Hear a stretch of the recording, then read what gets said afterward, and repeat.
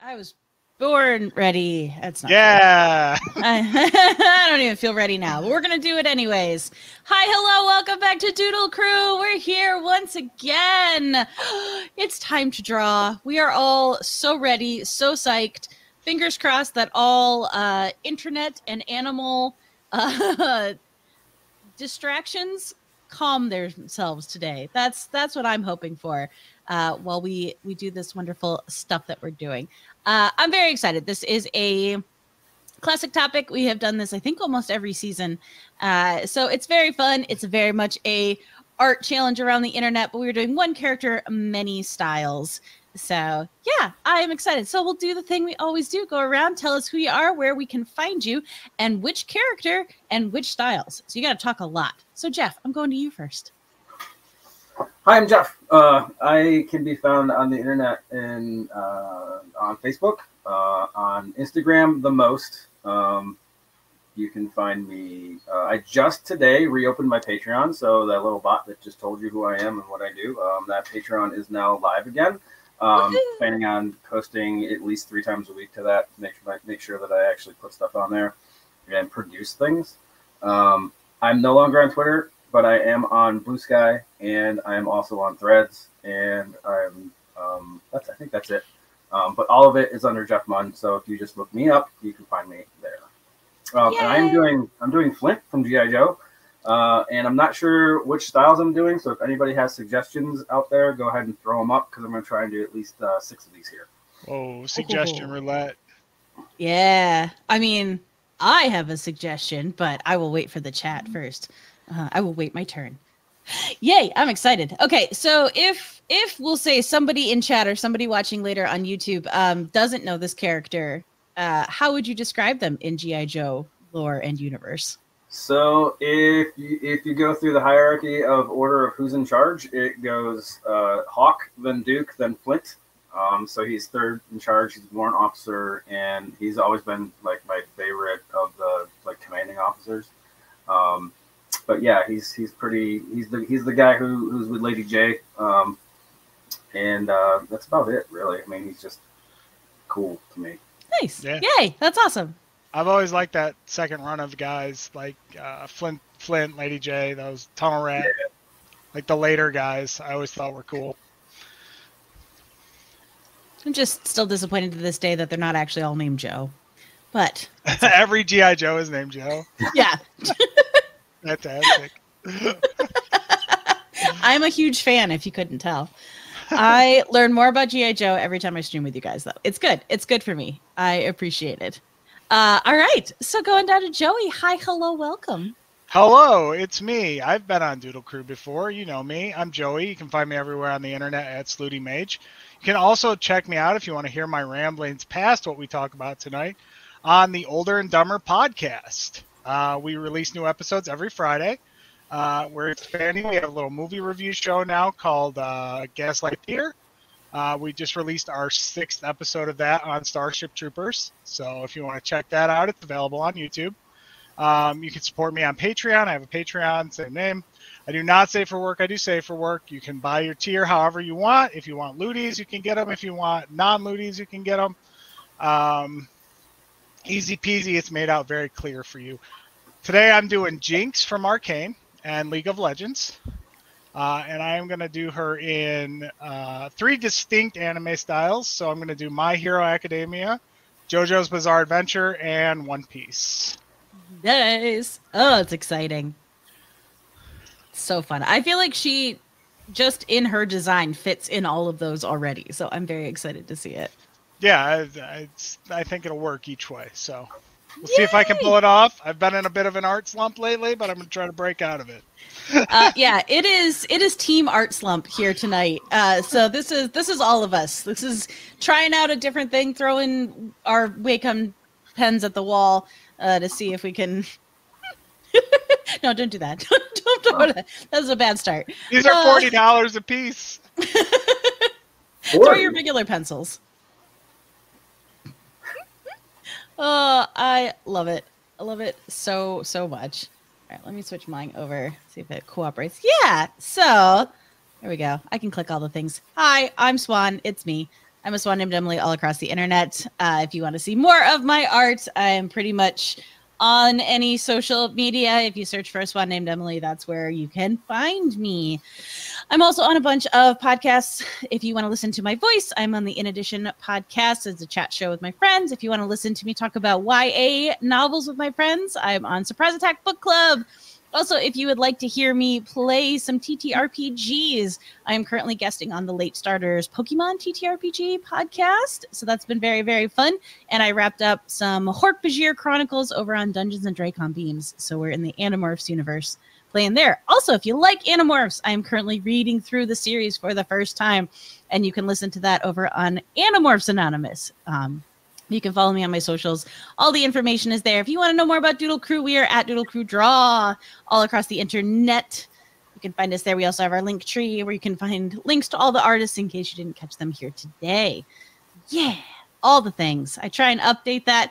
Also, if you want to watch full episodes of this season or previous seasons of Doodle Crew, they're all over on my YouTube, which is also a Swan named Emily.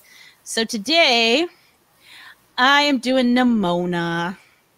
Specifically, Netflix movie Nimona, because I feel like comic Nimona is so very style.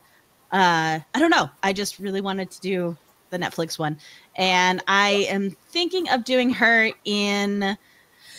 Oh, I have them. Gumball. What is it? Wonderful World of Gumball. I've now completely blanked on the name. Which could be anything. Which could be anything. The Amazing World of Gumball. Probably in the main character style. I want to do Over the Garden Wall style, and I think Gravity Falls style. Maybe more. We'll see. As always, we'll see how we do. But yeah, I decided these today. So I am definitely fully prepared for it.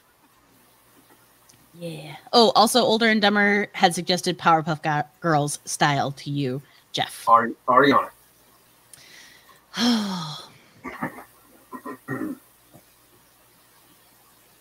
So I don't want to be mean. I just want to have a little fun is really where I'm at. Because I want to see him in like Cardcaptor Sakura style or something. Or like that super cutesy like Clamp style. Because I think that would be really fun. You know what's funny about Powerpuffs is actually like outside of the main three girls, right? The characters are all very like you could see like a muscle guy, right? They had those characters in there. Mm-hmm. So it's an interesting, style dynamic. You could just do like the girls style, which everybody thinks of when you think of Powerpuff, but you could also do like a Fuzzy Lumpkins, who was a big yeah. Also, I just like that you said Fuzzy Lumpkins. That makes me happy. Fuzzy Lumpkins.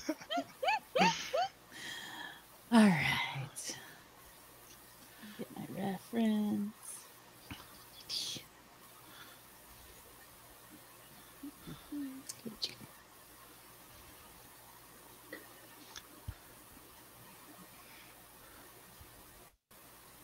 Okay. That's gonna be weird. I got it. I got this. Nope, I don't got it. I lied. Before I committed to 3 anime styles, I almost did Gravity Falls. Like I was flip-flopping between regular show and Gravity Falls, and I was like, these are almost the same style. Yeah, they're similar. Yep.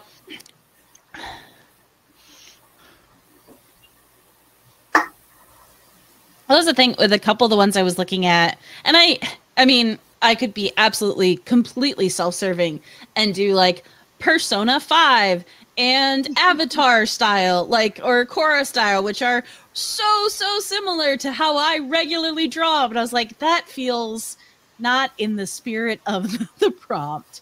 I feel like you should actually try a little bit. So we'll see. If everything goes terribly, horribly wrong, then that's what I'm going to default back to. Just set it all on fire and default to what you know. Sometimes, you know what? Sometimes I don't want to push. Sometimes I don't want to have artistic growth. I just want it to be easy.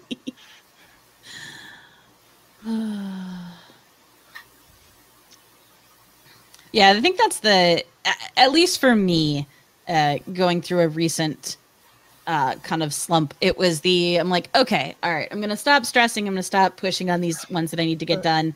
And I'm just going to draw something comfortable.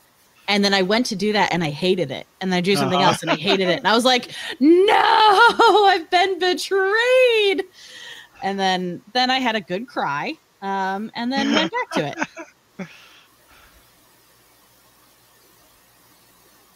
So, yeah, it was just, I was like, oh man, what do you do when your complete comfort style abandons you?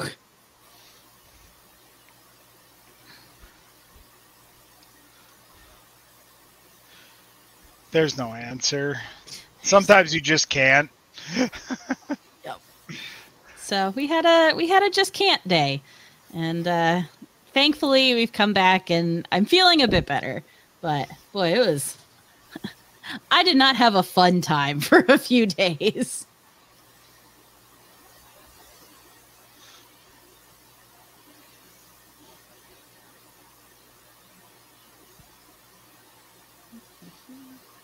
Ooh, Older and Dumber also suggests codename Kids Next Door for styles. Very fun. We're just going to run the gamut of Nick shows from the 2000s. I like it. I'm here for it. I met a couple of the artists who worked on that when I was in college, when I went up to an animation festival up in Ottawa. And I felt really bad because that show was not my particular style. So I didn't really know a lot about it, but they were super nice.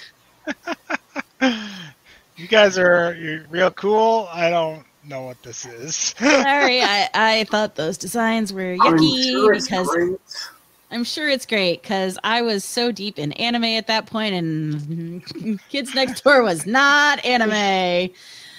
Yep. Well, and I have to admit, I was also very taken with, there was a bunch of artists from Happy Tree Friends there. Oh, okay.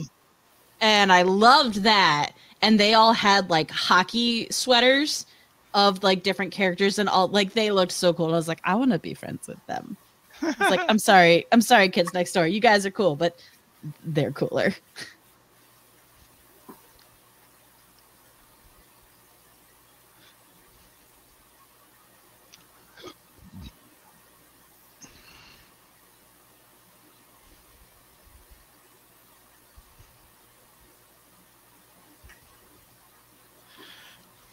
You know, I'd say Venture Bros, but I feel like they already did it on Venture Bros. Yeah, they really did.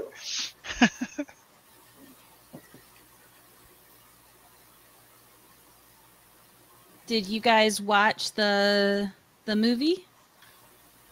Yes. I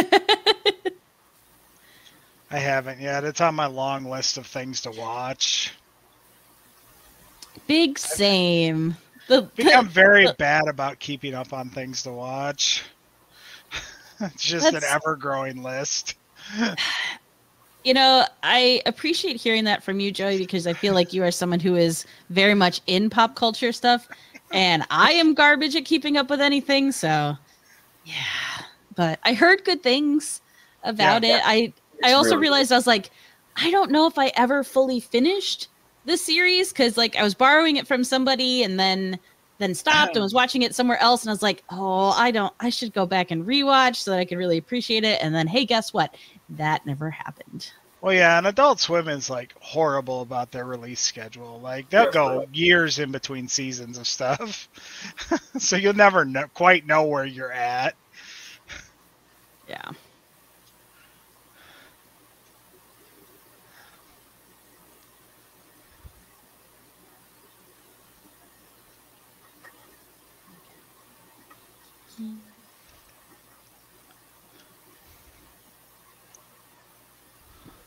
Well, I remember trying to like go on and watch stuff on their site or their app on maybe the smart TV or something, and it was like they had the weirdest collections of episodes and they weren't all in order. And I think I was trying to watch like Rick and Morty or something, so it wasn't even it was something that was current, and I was just like, why are you fighting me so much on this?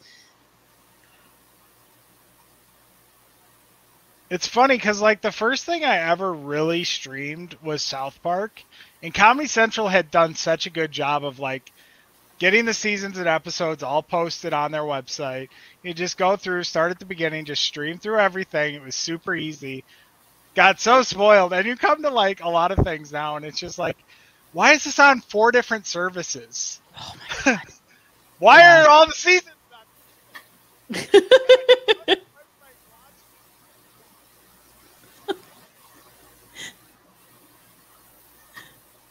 Okay, wait. Say the second half of that again because it dropped out for me. Because I heard, why aren't all the seasons in it? Like Elon muted you. Oh yeah, why? Just not understanding why. It's very quiet. There we go. They don't have all of the seasons on their website. I mean, just go watch it. Why are you splitting it up between 4 different streaming services? If you're going to be on a streaming service, put it on that streaming service. Yeah, I don't. It seems so weird to sell different season licenses to different places. I don't know. I guess I've been an artist on the internet long enough where I was like, if you make it too difficult for people, then they're not going to do it. Oh, for a second I thought I drew it on the background layer. Jeepers. Thankfully I did not. Yes. Oh my god. Art!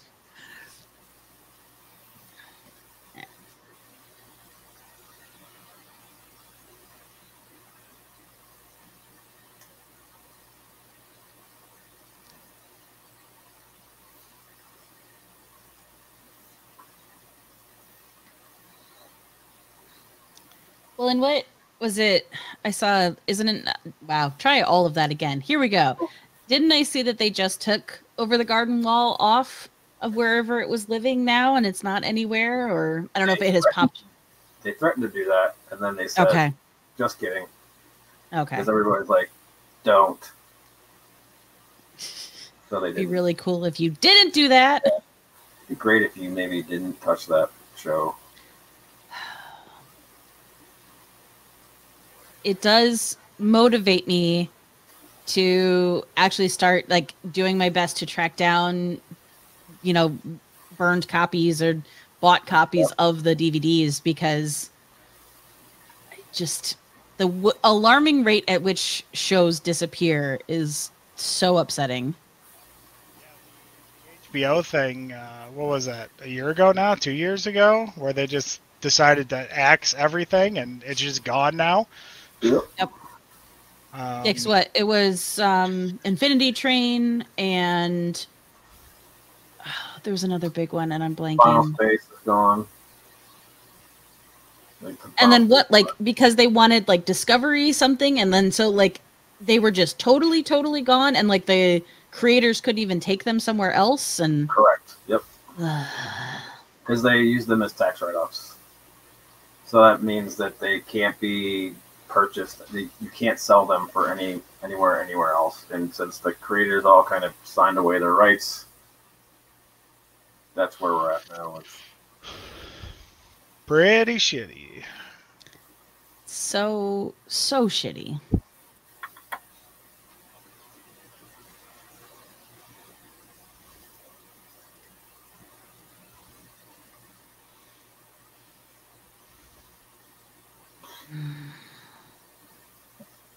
So yeah, listeners, write angry letters to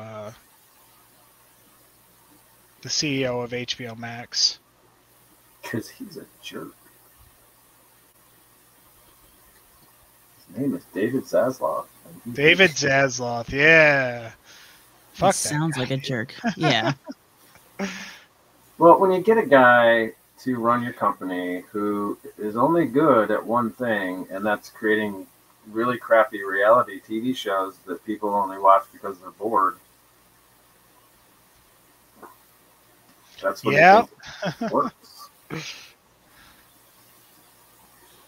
What is this original content crap? Get it out of here.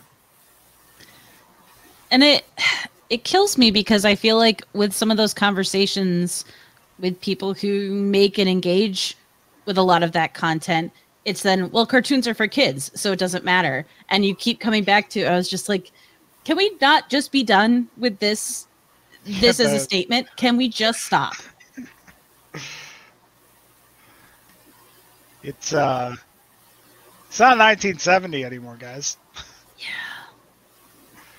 Fuck, cartoons weren't just for kids in the 70s. Nope.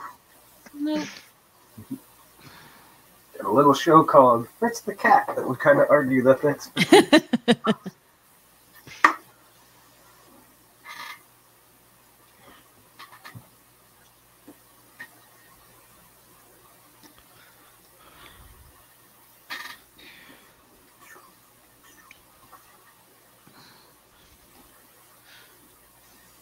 There's shoot, what was it? It just went to Netflix. It's a sci-fi show, animated. Smuggler's Reign? Yes. Oh, Scavenger's Reign is amazing. Scavenger's Reign. There it is.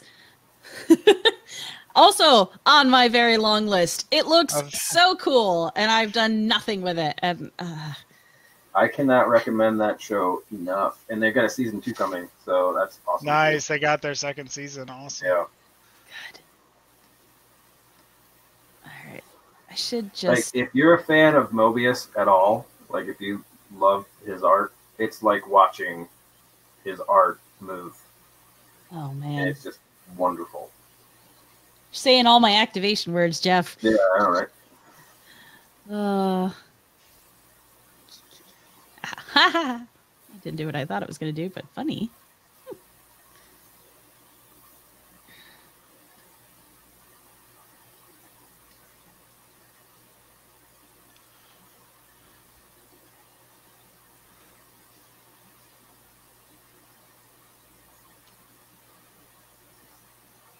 But I still, given Joey's content tonight, I still haven't watched Arcane, even though I've been told great things about that. Like, the fact that I actually watched Nimona, like sat down, not only read the comic all the way through, but then watched the thing was unique.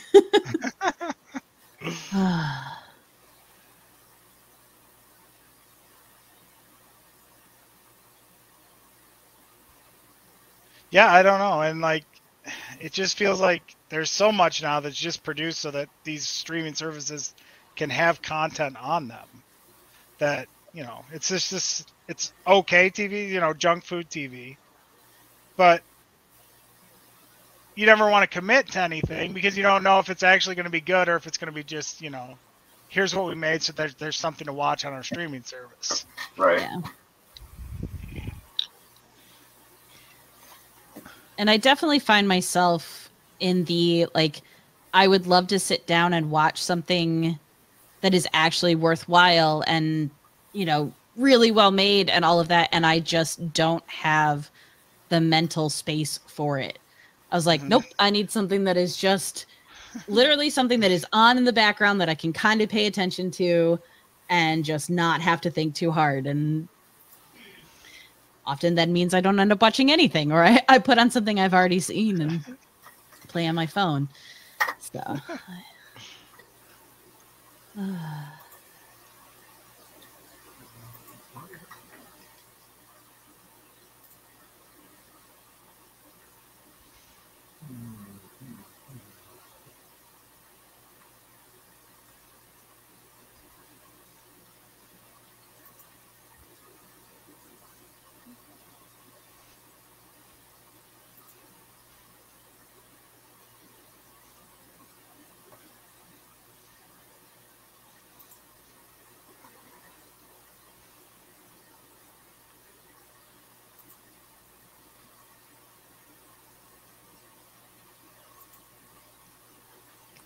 All right.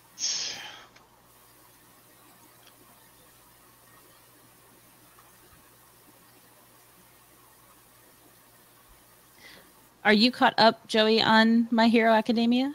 Is that one that you keep up with? I'm one season behind, I think. Okay. I was just talking to the boys about it the other day. I think I'm behind one season right now. Maybe two. Behind one season on Demon Slayer for sure, though.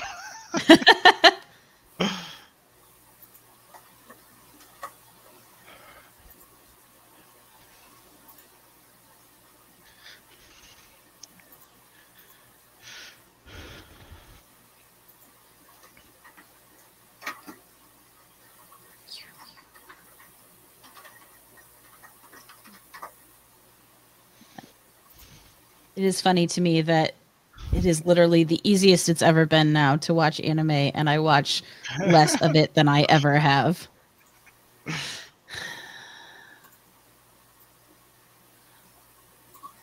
Well, part of the issue too is there's just so much out there, right? Like,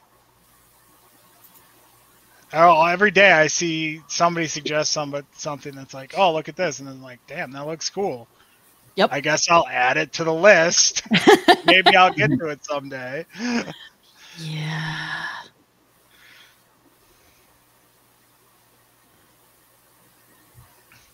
Well, what was the? Oh, this is gonna be terrible.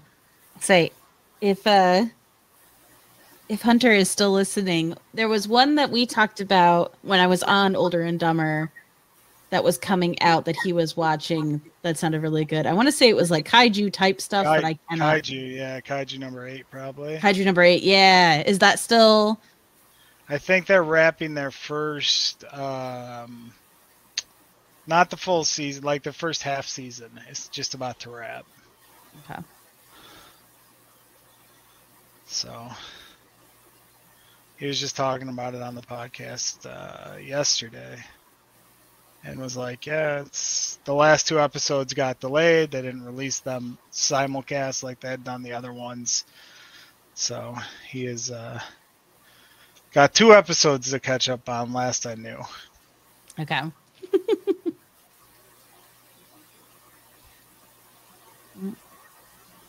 I feel like my Over the Garden Wall has drifted into Scott Pilgrim territory. Which isn't a bad thing, but... Definitely not a style shift you'd expect. One of the happy accidents of many styles. Finding out that Over the Garden Wall and Scott Pilgrim are Uncanny Valley.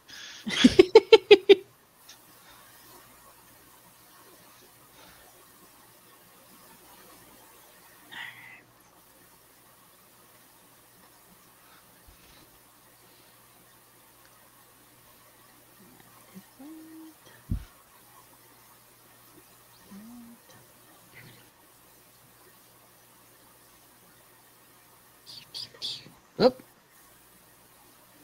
What did I do?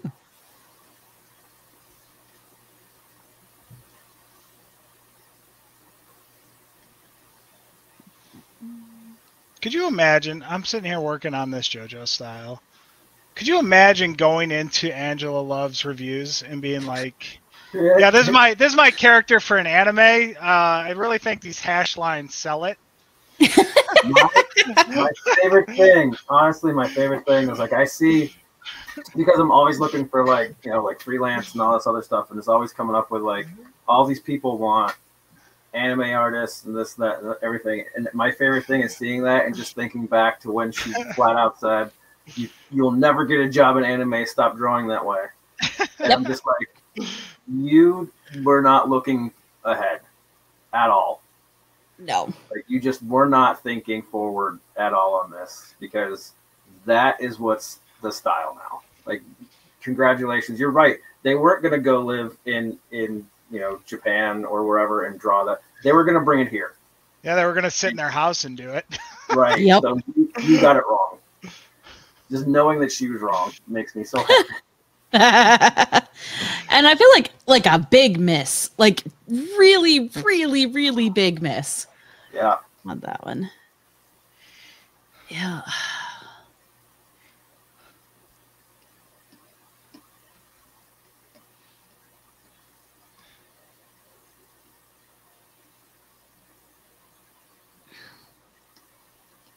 No, my what I try to take away from that of actual stuff I implement in my current art is I was like, nope, it is good to, be conscious of my style and not just ape somebody else's, especially the anime that I was watching at the time. But, but, I didn't need to be stomped down quite so hard. I probably would have learned okay.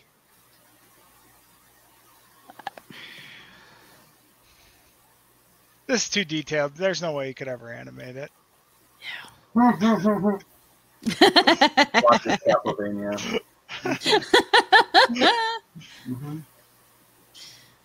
Right.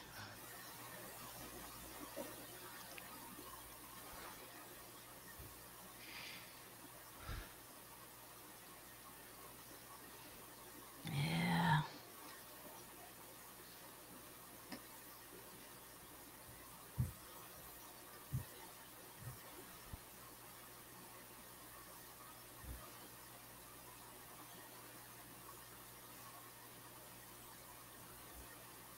It is truly crazy to me to think, though, just the difference in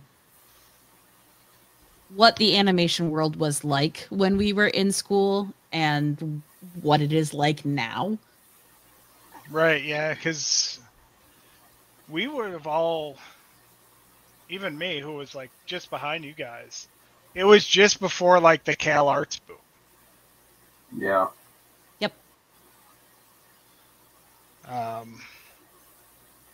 Which is very much felt like what the system was pushing towards, right?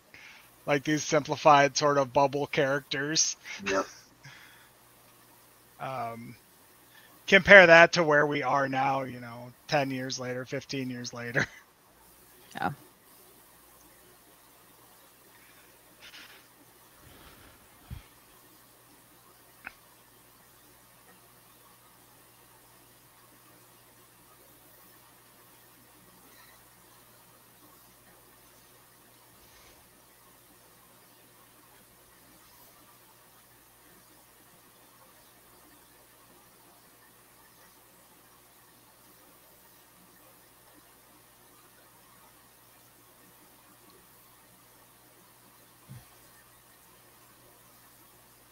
Yeah, just thinking about JoJo, it's just absolutely buck wild.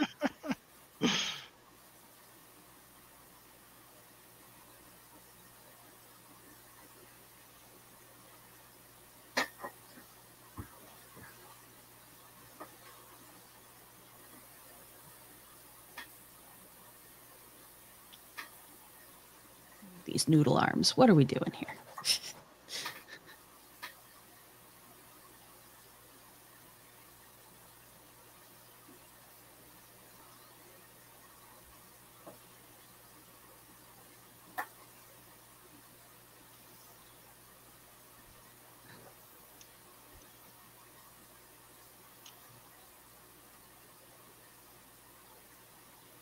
God, what was I? There was something, just because you brought up love. I was sketching something a day or two ago, and it cracks me up because there will still be times where something that she had said in class or to us in a review will like pop back into my head, and I'll just have like the echoes of it. And I went to draw a shadow, just a couple of shadow lines underneath the character that I had.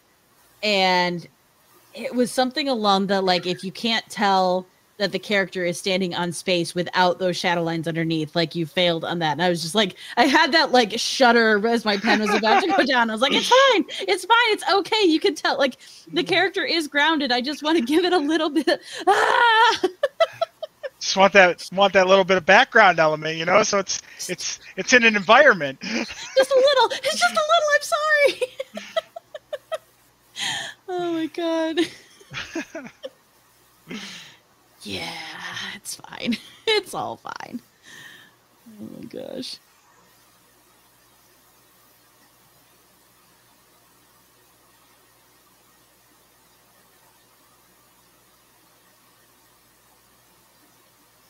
I was teaching last month and I got talking about like shape language and silhouettes and strong silhouettes. And it was a very nice thing to have the people that I was working with have like an aha moment along those lines, and what we were talking about, everything. And I was just like, I'm happy that this was like a gentle, like I got to just approach it really nice, because it was, it's a after hour, like after school type of thing, very chill. Like, this is just a cool, fun thing that you can think about when you're designing characters. And like, oh, wow, that's neat. And I was like, oh, that was nice. That was a nice time.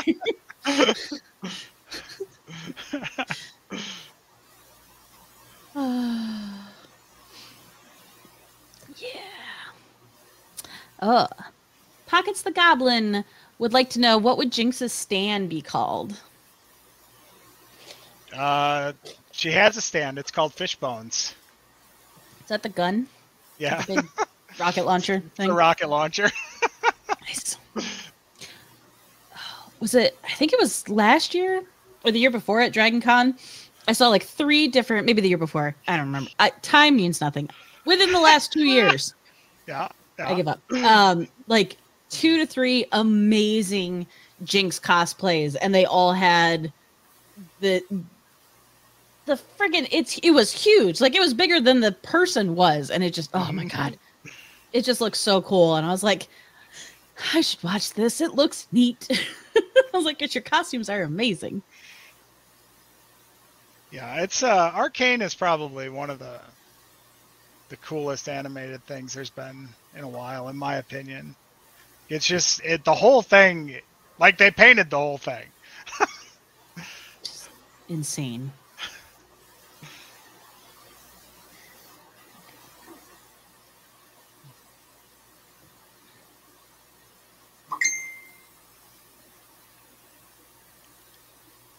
There we go. All right. I remember how crossed arms work. I got you. Get it. I just like, it's just an uncomfortable bipedal shark. Yeah. Shark with human legs. Oh, man. Geoff, can you do it in Street Shark style? Oh, shit. I can try. Oh, but your kids next door look so good. Oh my gosh, he would absolutely be the one who is like up in the tree fort, like dictating down to all the other kids about where they're playing and everything. And oh, it's so good.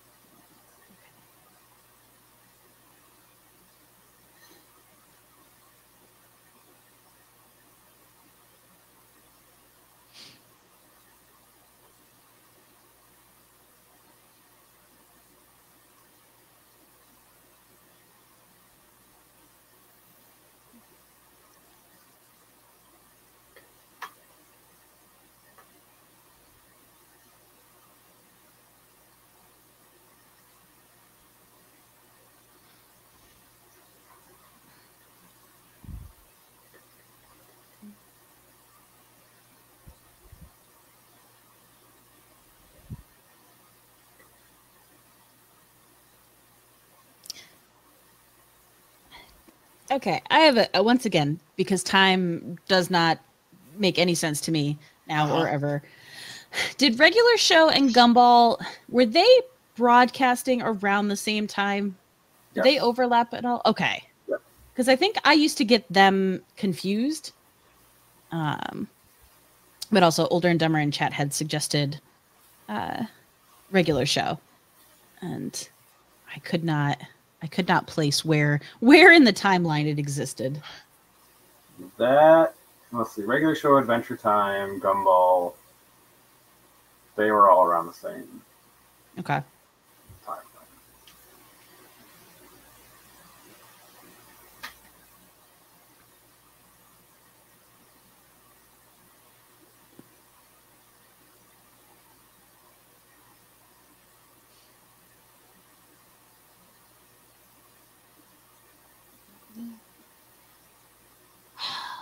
Photoshop, why? you know, Pretty Photoshop much. is mysterious, and you have to respect it. Yeah, it pretty much just said "fuck you." That's why, and I was like, "No, you're right. I'm sorry. You're right. I'll do better." Because I'm Photoshop.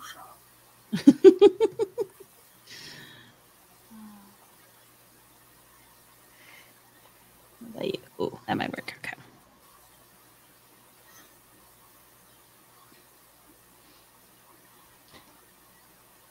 Well, it's funny as I'm looking at this, and it's good. Like, these are genuinely good things. I'm glad I'm pushing, but I think my style has a lot of tapered lines and a lot of kind of shading that I do with black, and the styles that I all picked have very like uniform lines with none of that. Like, no, I was like, oh, I made it extra hard for myself with these. Uh-oh. But it's good. It's a good thing. I just, I regret my decisions. I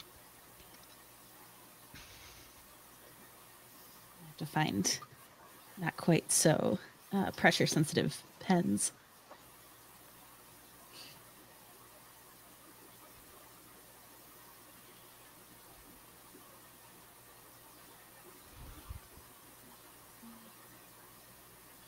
This is an interesting choice for Jinx too, because Jinx, very skinny, very petite character. Even the women in JoJo are always jacked. Yeah. Well, what Jolene, like, Yeah, her thighs are, yeah.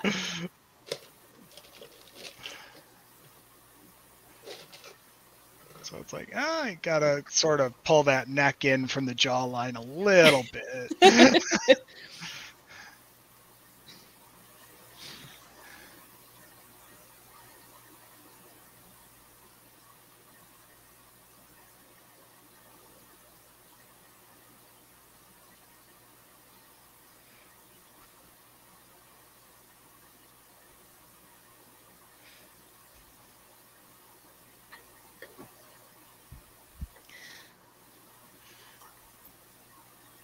Well, I'm over here trying to draw ridiculously, like, clean line circles. It's like, oh no, what have you done? What have you done to yourself? What? Just use the shape tool and call it a day.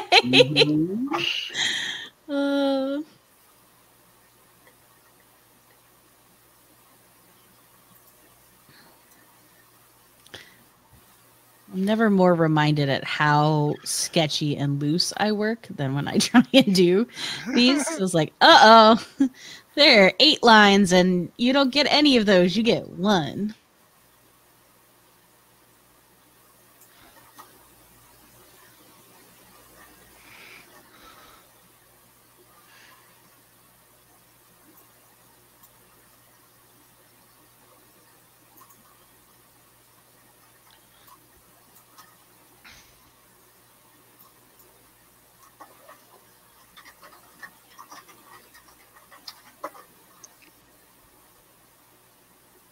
Oh, Joey, I thought of you yesterday on such a funny, silly thing. So I was watching YouTube on my phone. So I sadly do not have ad blocker on that. So I had to watch a terrible ad. And I couldn't even tell you what it was for. I was not paying attention. But I got so mad because they had a little like pink haired anime cat girl doing stuff, and she went to make a pose that is one you draw a lot, and it was so bad, and I was just so mad about it. I was just like, what? No. This person has a job and my friend doesn't? Yeah, like I was so upset about it. This was probably made in an AI. That was my next. So then I got sad for a whole separate reason. Oh, but no, it was so specific. I like immediately thought of you, and I was like, I can't just text him that out of the blue because it's not going to make any sense. But oh my gosh, I was just like, what the shit is this? Ugh, so mad.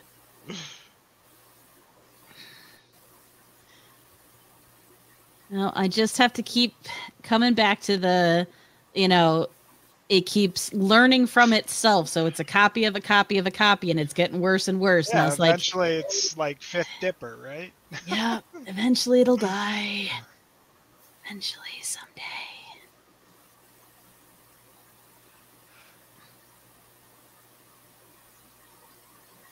Hold on, what? I forget who posted it in the Discord, but about the like, you can make an or a comic book just by using this AI, and I was like, get out of here. Yeah. Oh. For the record, this artist was very much against it.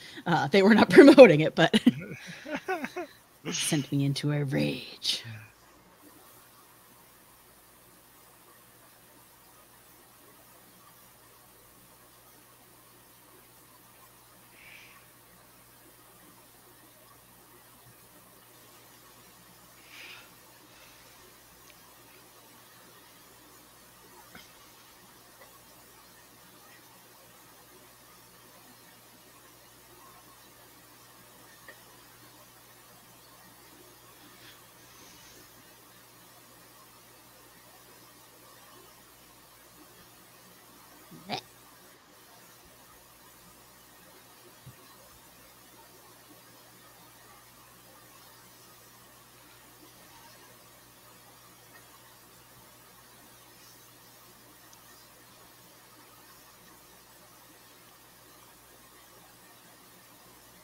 Oh my goodness.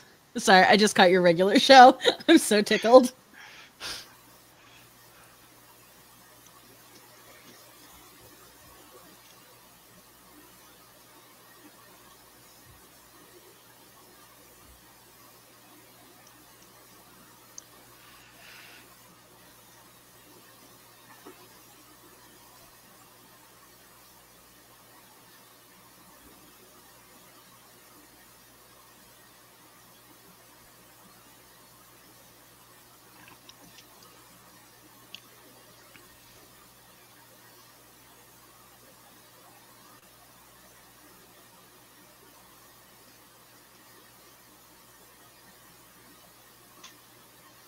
BRB.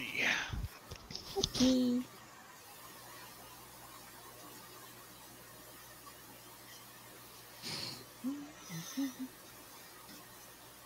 So, Geoff, when did you first get into G.I. Joe? Was that a, like, when you were a little kid type thing? Oh, yeah. Or? Yep. It was 84, probably. Okay. Whenever it first came out, probably most likely it was on syndication. Like obviously every afternoon when we got home from school, that and Transformers were usually back to back, and I watched them over and over and over and over and over and over. So like those were like my two huge. Like if you go back and you think about like the IP that you grew up with, it's like your most influential. I mean that would be the highest, and then Transformers would be right below it. And then Ninja Turtles would probably be below that. Those are probably the big three. I had lots of Masters of the Universe stuff, but as far as animation goes, that was horrendous. And I even knew it back then. And even, I mean, looking back at the G.I. Joe stuff and the Transformer stuff, it's not like fantastic, but it's decent. At least it wasn't rotoscoped in the same scene over and over and over again like Masters of the Universe was. Yep. But those were my go-to toys that I always played with. Those were like the shows I always watched. It's still the stuff that I gravitate towards now. And I feel that the 86 movies for both still kind of hold up. They're still kind of a lot of fun. There's someone that I podcast with who is a humongous fan of Transformers 1986, and it comes up fairly frequently, and it's funny because it's nothing. I have never watched it, so I don't know, and I did not grow up with Transformers, so that was a very late to the party one for me. But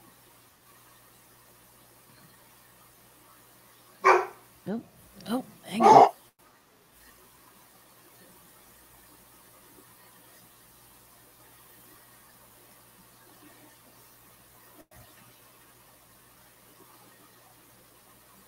protecting the house.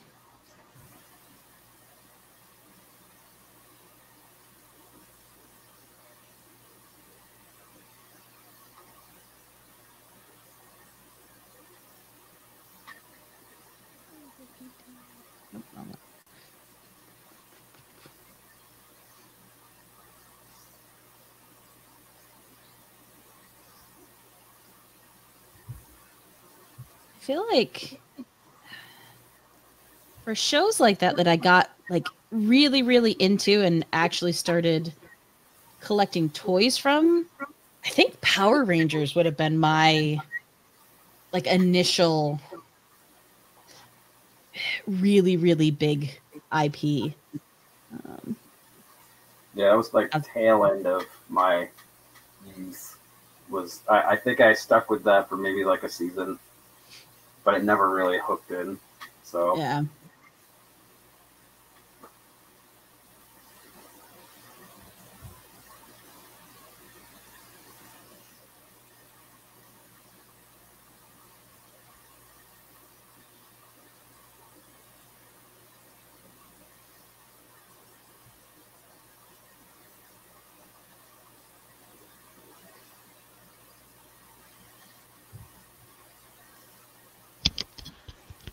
Transformers 86, guys. Cartoons are just for kids. Remember that. I saw that in theaters.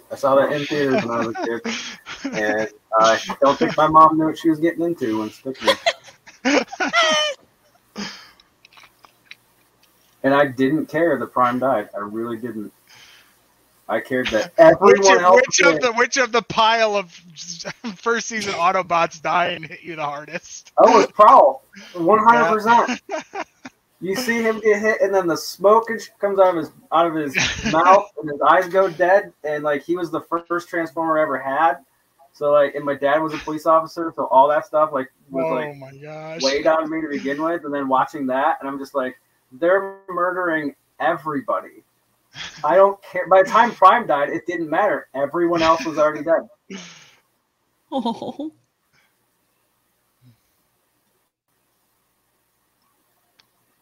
Was it meant to be a big wrap up to end the series, or new toys were coming, right? So they had this whole new line of new toys coming out, so they had to get rid of the old toys, so they killed them.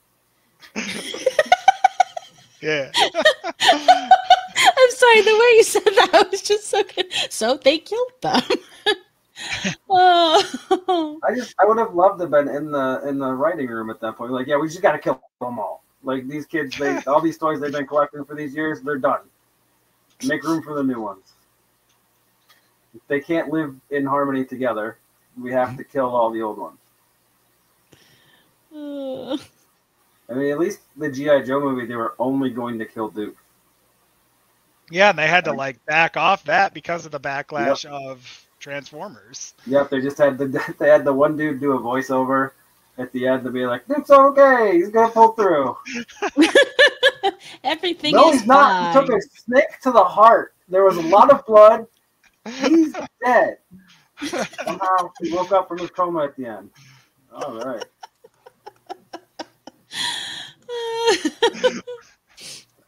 Doc, real talented medic. That's yeah, right? Possibly the best ever.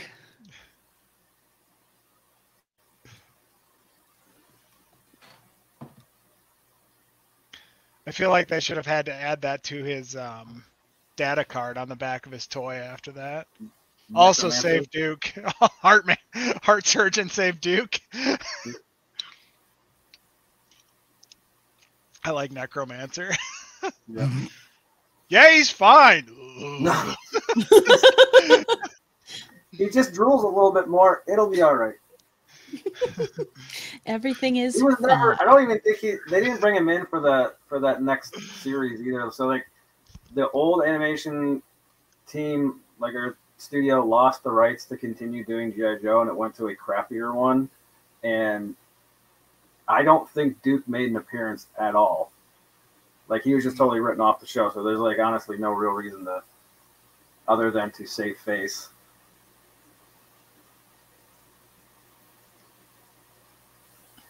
Yeah, because it was Sunbow originally, right? And then it went over to Deke? I think it Deke, was it yeah. the other. Yeah. It was Sunbow and then went to Deke. Yeah. Because Sunbow also did Transformers. Who also, that studio also lost. It was actually a different animation studio for that instead of production company for the third Transformer season. They had like a mixture of animation companies. So some of the animation in season 3 is okay, and some of it is horrendous. Yep.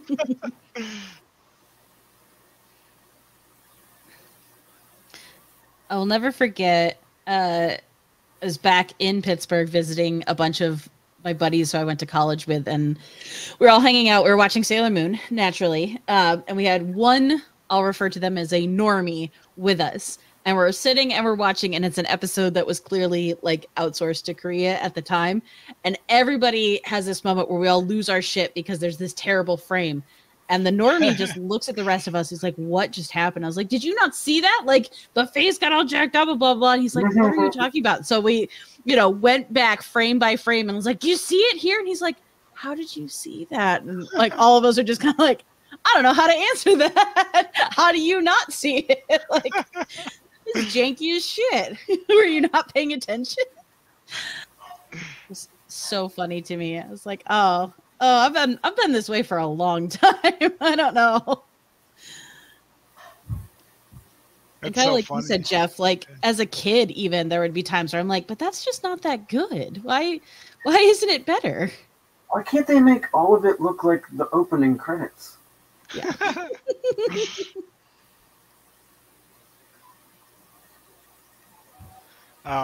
One of my coworkers is developing an app for senior home placement. Ooh. And she brought the logo in. She's like, hey, you did graphic design. Can you look at this for me?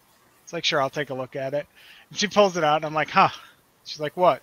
I was like, well, this is supposed to be a house, right? She's like, yeah. And I like turn it on its side, and I'm like, it's a pitchfork. Mm-hmm. She's like, no, it's a house. I'm like, it's a pitchfork. I saw it. That's the first thing I saw. And I won't be the only one. Nope.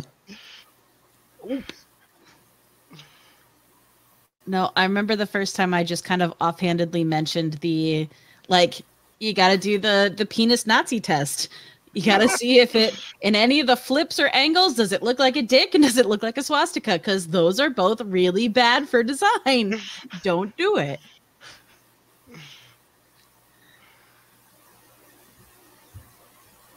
And there are so many logos that go into production that didn't check. Just didn't.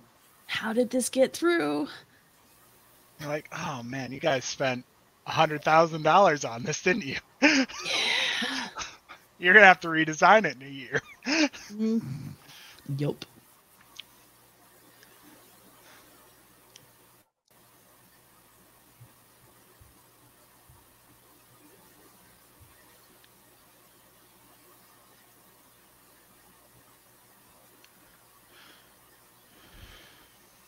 Let's see, Oda. Long, slender necks. I feel like I've gone the completely opposite end of the spectrum as I'm doing Over the Garden Wall, and it's like, there is no neck. It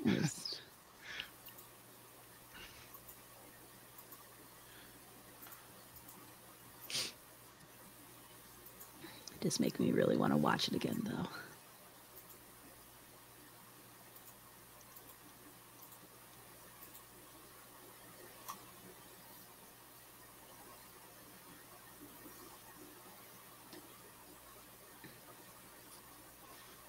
Yeah, I think that was one of my big challenges when we did our Twin Tiers Jam piece last year with One Piece, because I'm like, it's similar to how I draw, but everything is so elongated, so I had to keep like going back in and like stretching more and like taking a second. I was like, nope, gotta push more. It is like everything is a caricature almost. Yeah.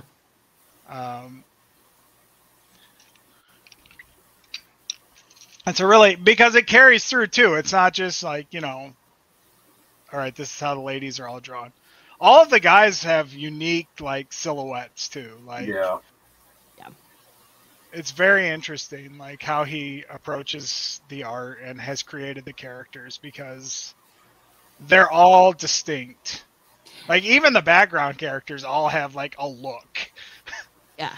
Which is incredible to me because that's not easy to do, especially for what I would consider kind of like throwaway ones that you're not going to see again or not going to spend that much time with.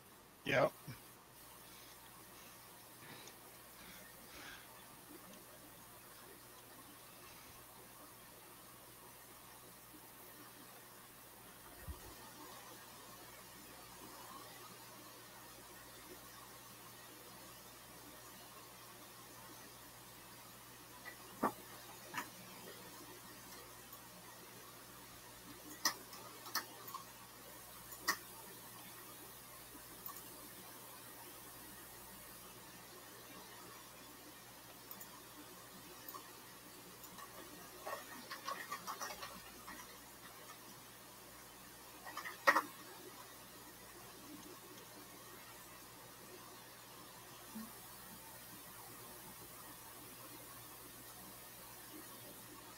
Everybody's very tall too. Oh my gosh. Just Mhm. so tall. And then you read the character description, you're like, how tall is this giant? It's like 5'9".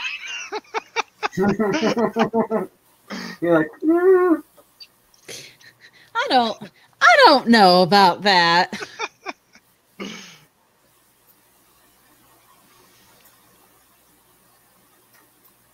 I will say though, as someone definitely the shortest in this group, but shortest in many groups, like it gets above 5'9", 5'10". I don't know. You're all just tall at that point. Like it gets ridiculous. Like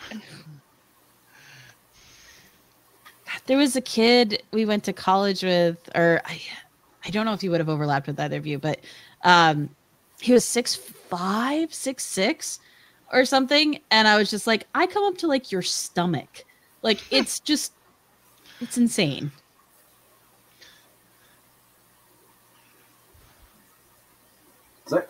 would that happen to be Chris Brown? It wasn't. No. It was a guy named Mark. Oh, okay. I was gonna say because there's a dude that went. He's definitely younger than me. He went to the Art Institute, and he lives in California now. But he's like, I think he's at least 6'4", and looks very intimidating. But is like one of the nicest guys. So it's just like he's like he works out, so like he's like super like buff and like super tall, and he works. Sometimes he works as like he used to work as a bouncer here at like the bars before he moved. And he's from, I want to say he's from upstate New York as well, but not like more Rochester.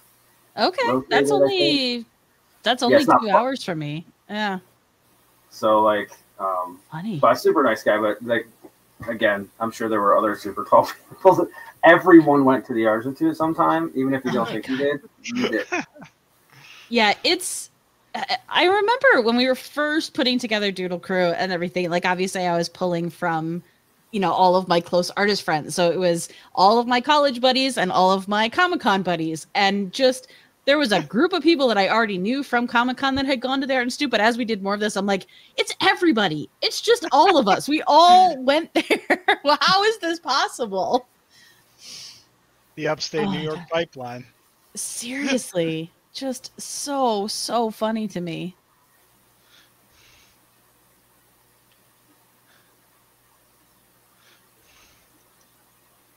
And I feel like we are all not the same age, but we are relatively close in age. And to have that and still have not like known each other through school, have met up afterwards, just so funny to me.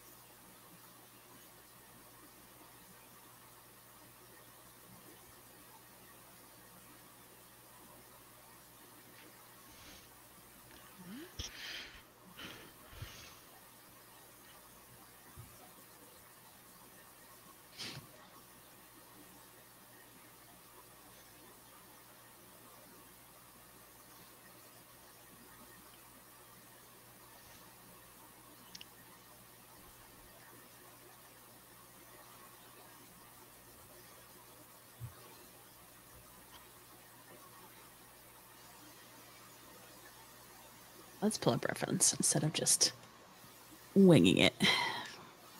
What? I know. Sounds made up.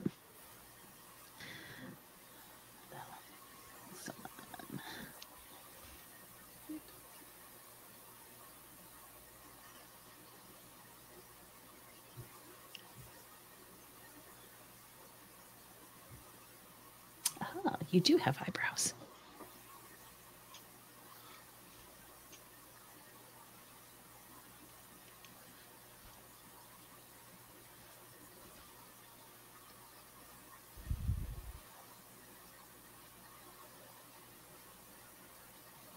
Who has eyebrows?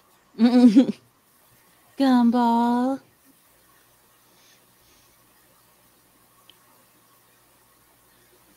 I got a lot of Gumball requests at Free Comic Book Day this year.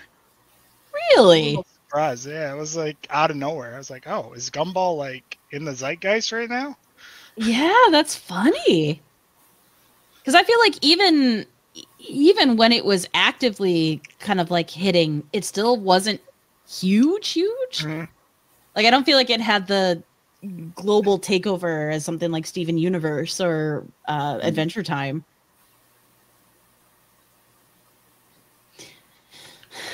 Well, I'd have to guess probably TikTok. So would be my guess.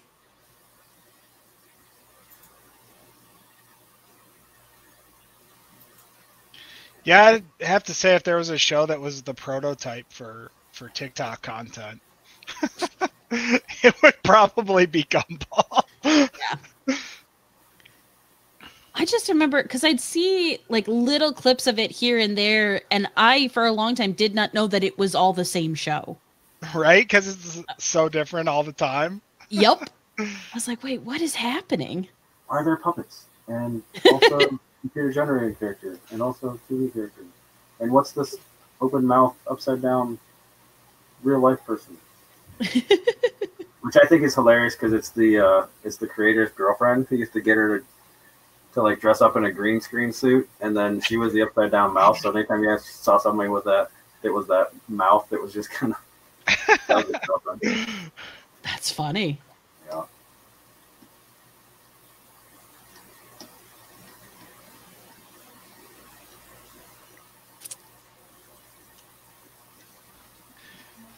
Imagine just using a bigger brush. Wouldn't that be crazy? And just doing one line instead of retracing the same line 7 times? What? I don't know. I don't know about that.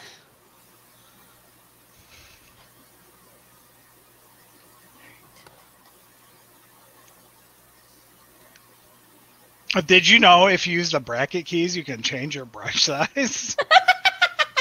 What the heck? Is this witchcraft? Man, Joey here to fucking play today.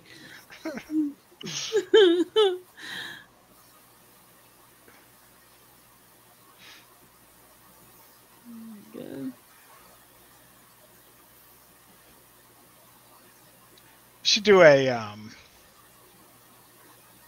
an underappreciated Disney movies episode, just so we can all draw Black Cauldron. I would go Emperor's New Groove. Oh yeah, dude. That's my big underappreciated. I freaking love that movie. One that sort of got lost in the mix. Atlantis, yeah. Those sort of the ones that were like at the end of the Renaissance, right? That Yep. Just sort of got lost in the mix. Yep. They're like, we're going to hire Mike Mignola to do art designs for this awesome movie called Atlantis, and no one's going to watch it. Yep. I got an art book that was like behind the scenes, and it has a ton of his concept sketches, and I'm just like, this is so cool. Yes. Yay. Hey, we got cosigned. So I feel like, yeah, Emperor's New Groove is S tier for sure. I love Atlantis. I chose not to watch the second one because I enjoyed the first one so much. That was also from the era of like really bad Disney sequels, right? So bad. Like so bad. So I guess teaser then. It is not exactly that, but we do have a an episode coming up that is lesser known animation studios. Yeah. So like Rankin Bass and all of that. So the ones that aren't Disney Pixar. So yeah, so that is one coming up. But I am still looking for, I think there's 2 or 3 episodes that I have not fully picked the topic for yet. So that's a good one. Also, thank you, Kruggle, says these are looking amazing so far. Hooray.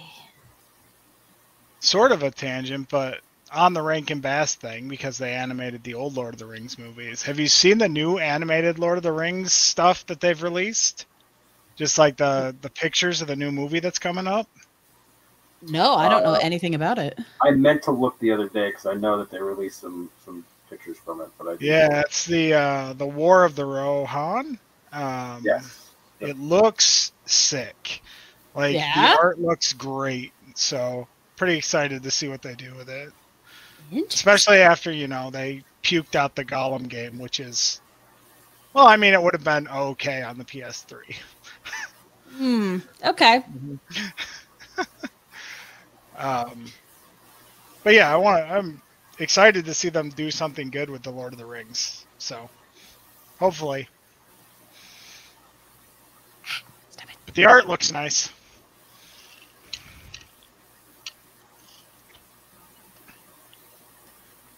Let me, this is a live thing, so I could do a thing where I post the art in your Discord. There's a thing you could do. What?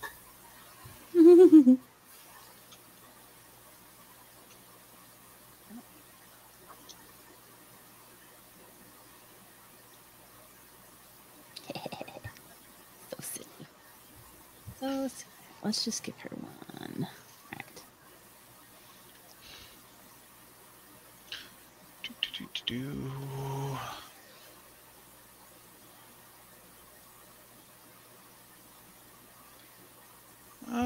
Let's see. Where would this fit nicely? I just drop it in general. Works for me.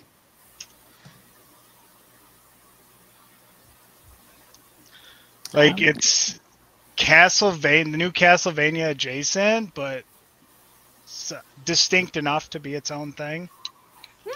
Okay.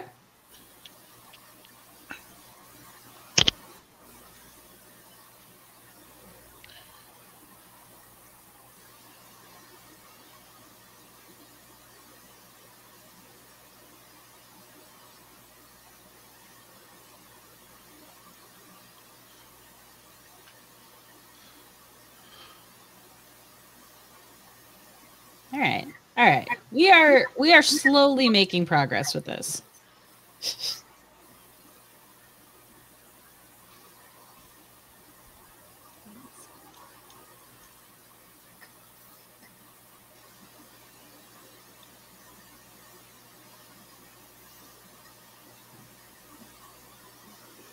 Hey, yeah, Kruggles. Second one is over the garden wall. Hooray! Yep, I've got, so I am doing, the character I am doing is Nimona from the Netflix show. So I've got The Amazing World of Gumball, I've got Over the Garden Wall, and then Gravity Falls so far. So yay, I'm glad that it looks like it's supposed to.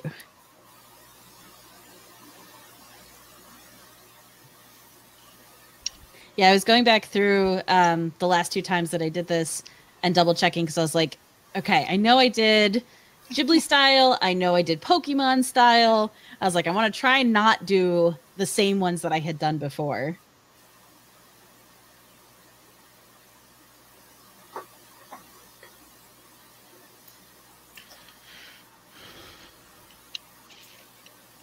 "40 minutes. I feel like I can do one more." Chat. Yeah. Give me an anime. Oh boy. Yeah.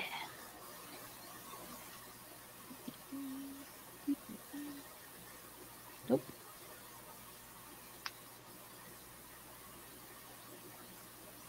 You know, I think I have been spending way too much time trying to draw accurate hands. I think I'm just going to do whatever this is that Gumball does. This seems a lot easier.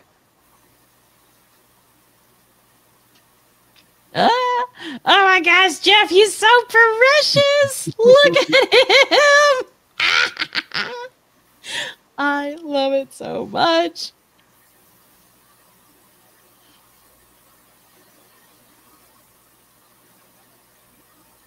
Bob's Burgers Jinx, huh? Ooh. My favorite anime.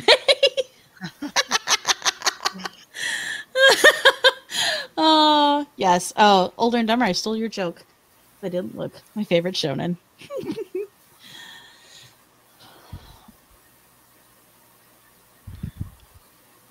Oh, friend of the show and artist who's been on, Randall, sent me the intro to Hamtaro the other day, because that's the kind of content we send each other. And I had forgotten, like, the hamsters are adorable. Like, all the animals are adorable. The humans are so weird looking in that show. And I had completely forgotten that.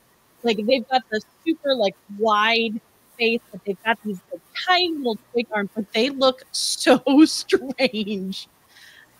I was just like, oh no, I had blocked all that out.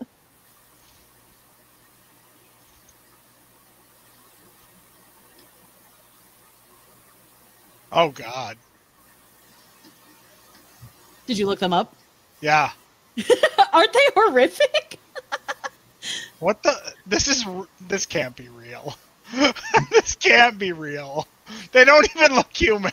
The only thing I could think is, like, were they trying to draw it like how the hamsters see them?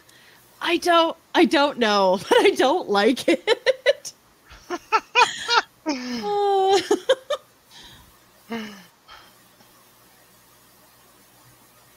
Man, they should have just outsourced them. They just like let the main guy do his hamsters. That's what he's good at. Outsource the people. Yep. I feel like he comes into the design meeting and like scene from the puts show? them up on the board and everything, and everyone's like, so we thought you were just gonna do the animals, my dude. Like, It's like, oh my God, let me sketch one. It's like this. Give me a layer so I can delete it. Delete this monstrosity. They're like this. Well, yes, Yeah. I've seen a human. I can draw them. absolutely have seen at least one human. Yeah, no, it's so bad. That's how they are. I think it would be fine. Well, no, it wouldn't always be fine, but because the hamsters are so cute and like all the creatures are really cute, you're like, oh, it's going to be a super cute show. And then the humans, you're like, oh, no. Why did you do this? This makes me happy. Now So you're on this. no one in Bob's Burgers has a chin. Wah! Even the guys you would expect to have a chin don't have a chin. It's not. Yeah. Hey, good enough.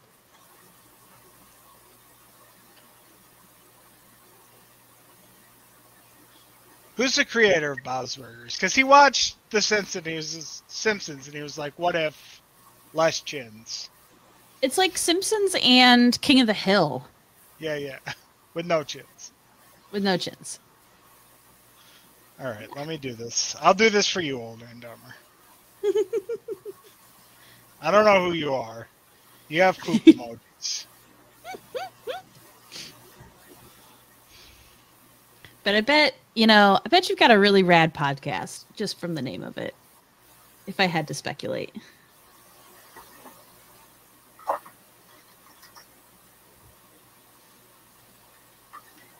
They do Okay.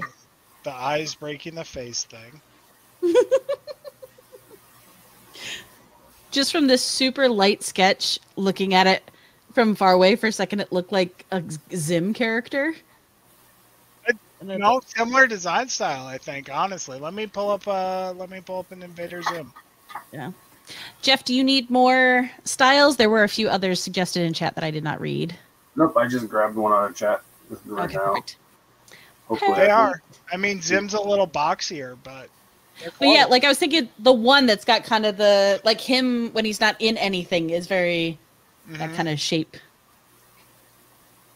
Okay.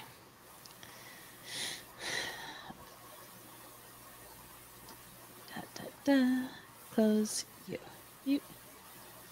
So many layers. So many layers. There we go.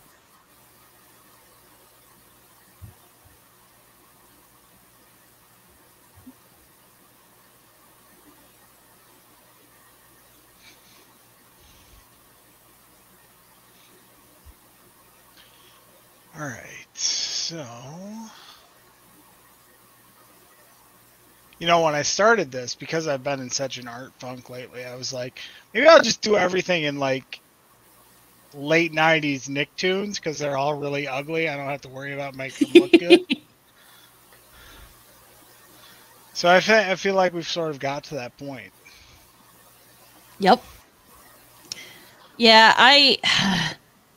Ed, and Eddie could have been the Shakespeare of our time, and I would not have been able to get behind it because I just hated the art so much.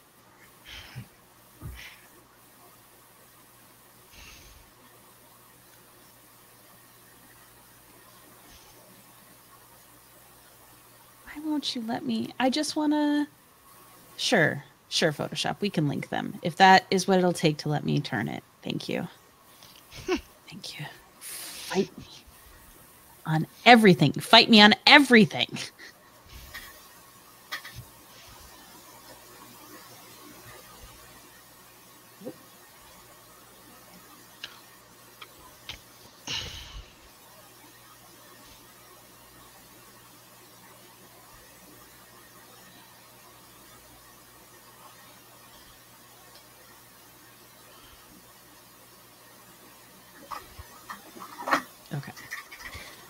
Okay. I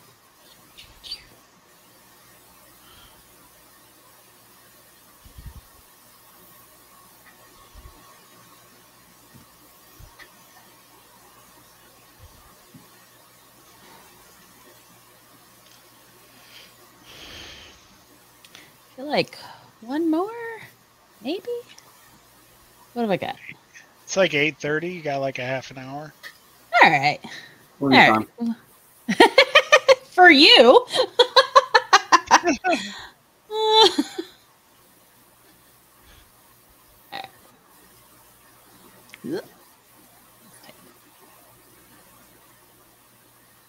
Okay. All right. We can do this. We can do this.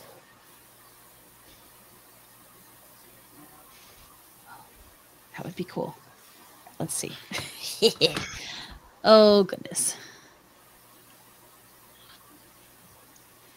I'm just going to turn Safe Search on there for a second. Good Lord. Loser. Why? Internet, why are you this way? Oh, God. Remember when Jacko Pose went all over the internet?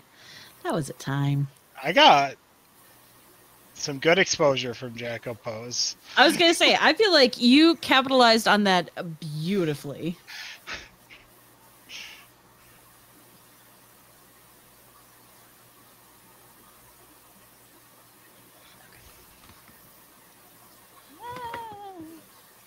The only person that suffered from the Jacko Pose was Jacko herself. I don't feel like she got the credit she deserved. In Guilty Gear 5 or whatever it was. We got a Melia in chat. Oh my God. The editor of the Older and Dumber podcast and streamer herself, Melia. Amazing.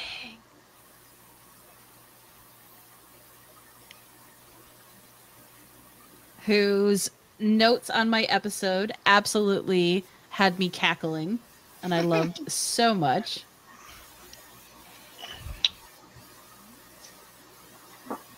You hear that, May? People love your notes.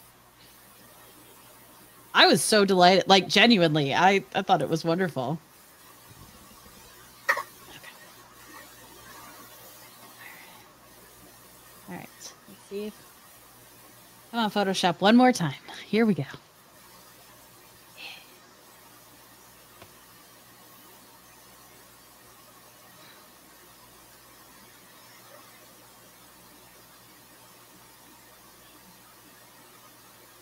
Where'd you go?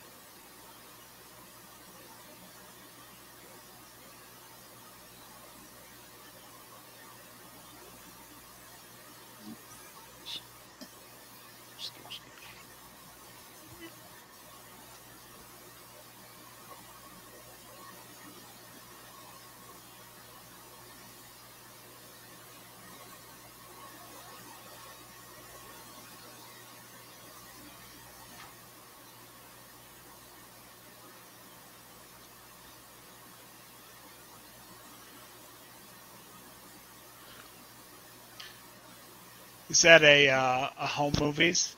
Yes. Nice.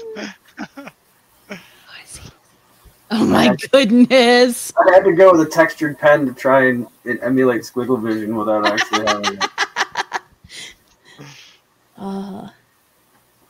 So it was for a podcast that has not been released yet, but I hope that it is someday. But it was myself and a friend talking about animation, and I went deep dive because it meant that I got to do a lot of research on animation, which college me was just like, why would you do that? And adult me was like, this is so cool. But I was going into the squiggle vision thing because I was like, I was pretty sure that was a specific term for like Ed, Edd n Eddy or like a specific show. And it turns out I was like, oh, but like the technical term for it is line broil. Line broil. And I was like, oh, I was like, this is so cool. And like learning the difference in that and like what was copywritten as squiggle vision and then how it kind of much like Kleenex and all of the things became the term for it. Oh, but I was just like, my little nerd heart was just like, oh, this is so cool. This is such fun animation facts. There used to be a really awesome animation site back before social media was huge called The Line Boil, and it was better than Cartoon Brew because it wasn't run by idiots. Classic. So yeah, and I used to like religiously check that like multiple times a day, and I think that's when I learned the term line boil, just because I wanted to figure out why did they call their site that. But yeah, Squiggle Vision was actually like their version. I think they created an animation software called Squiggle Vision, and that's what they used to automatically get that line boil effect. So cool. Easy. I got 25 minutes left. Give me an anime. Plenty of time. Oh my gosh. Oh, also, thank you, Older and Dumber. Lauren Burchard made Bob's Burgers. Ah, yes.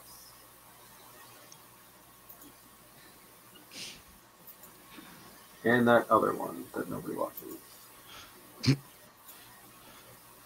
About it's on Hulu. The Great North, is that what it's called? Something like that. Oh wow. It's so unknown that I have never even heard of it. Not that I'm a great standard for knowing things, but still.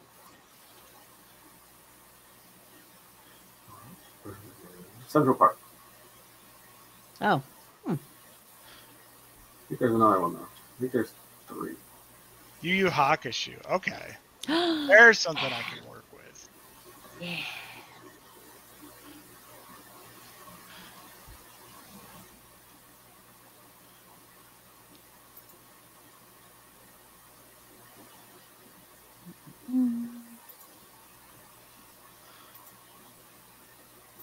Oh, it's very 90s.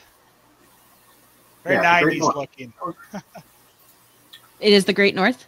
Yes. Central Park, the Great North, and Bob's Burgers are all Lauren Bouchard, and they all look exactly the same. Huh. Is it different writing team? Probably. I mean, they're all on different. I don't think they're all on Fox. I want to say it's a lot like. Now I'm going to forget the name of that. The other show that Rick and Morty creators created. That's on Hulu. That's really good, but I can't. The wall one, right? Yeah, the aliens. Yeah, what the... Hunter knows. Hunter, what's the name of that alien show by the Rick and Morty guys? That was the most, like... Brain don't worky right. Like, your dad trying to, like, hey, kid, what's that show you watching? Hey, son, what's that? That cartoon.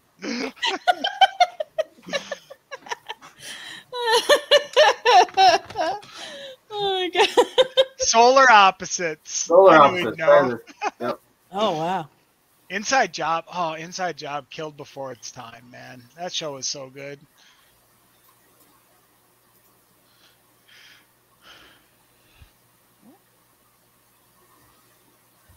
How did we get down there on that layer? How did that layer get down there? What is happening? Photoshop, you menace. What are you doing? Ay, ay, ay.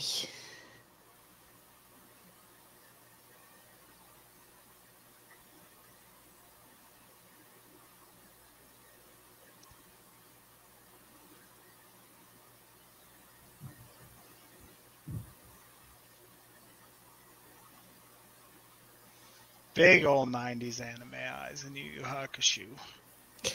Also, the hair. Oh my god. So much 90s hair. Love it.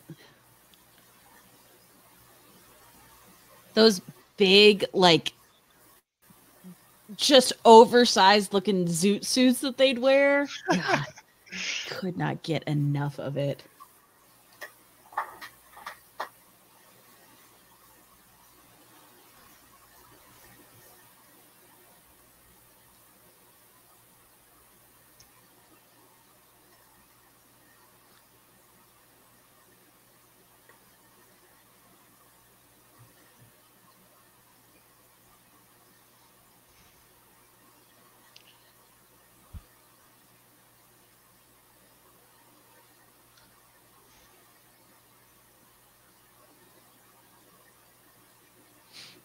That came up on the it was one of the recent episodes we did for Doodle Crew. And Megan was talking about how, not the Toriyama one, but the one we did before it, which I've already forgotten. Oh, the TV show is anime. Yeah, TV shows as animes. Which is very fun. But her and her husband had rewatched through it, and she's like, you should absolutely go back and do it. It holds up. And I was like, yes. So that's another one on my list. Because it was so early on in my, like, watching. But again, it was one where I missed episodes and didn't have a way to actually follow it. But I loved everything that I watched. I gotta move Bob's Burgers Jinx here for a minute, Hunter. Sorry. I gotta be able to see what I'm doing for this retro hair.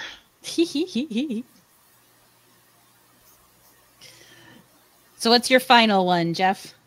I don't know. Ooh. Just kind of throwing stuff together. I like it.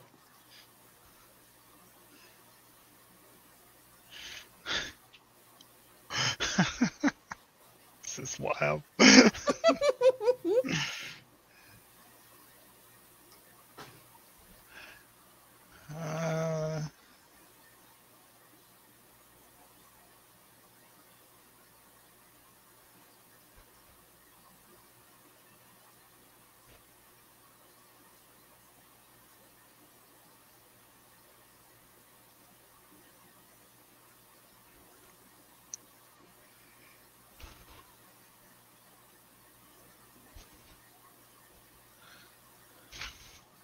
Boy, I really said, I just want to draw a whole bunch of really smooth curves today. Jeez.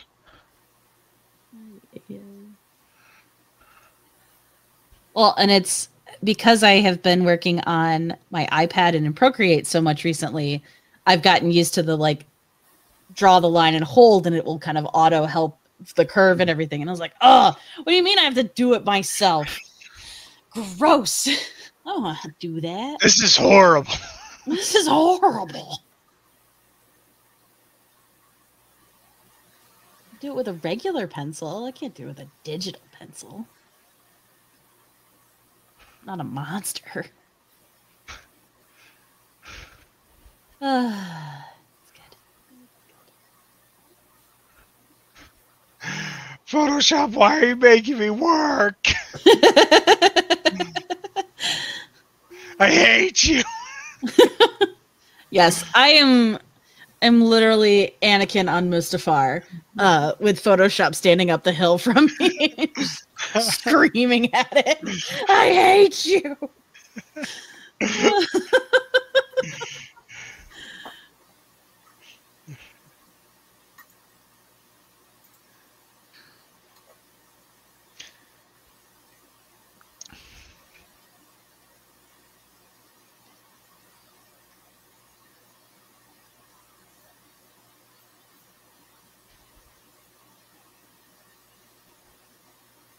Yeah. I'll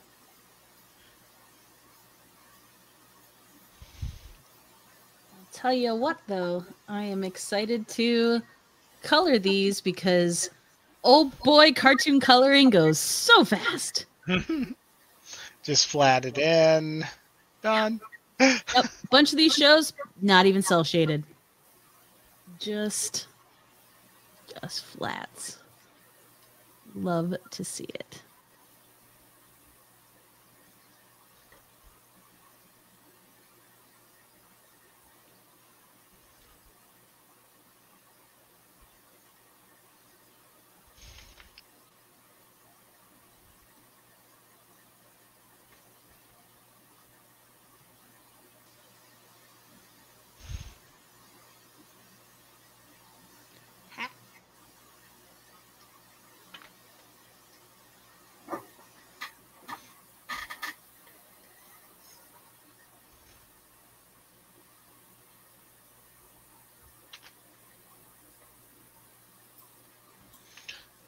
I just looked up at my monitor and forgot what I was looking for and got lost for 30 seconds. Oh gosh. Yep. I feel you. In my soul. I have to look at each of these different tabs very carefully.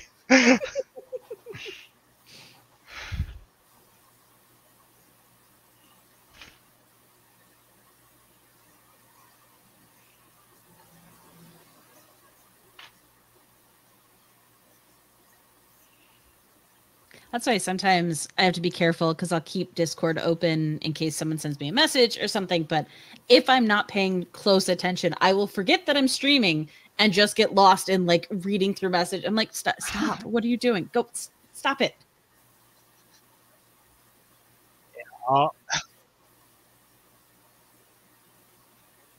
You're on camera right now.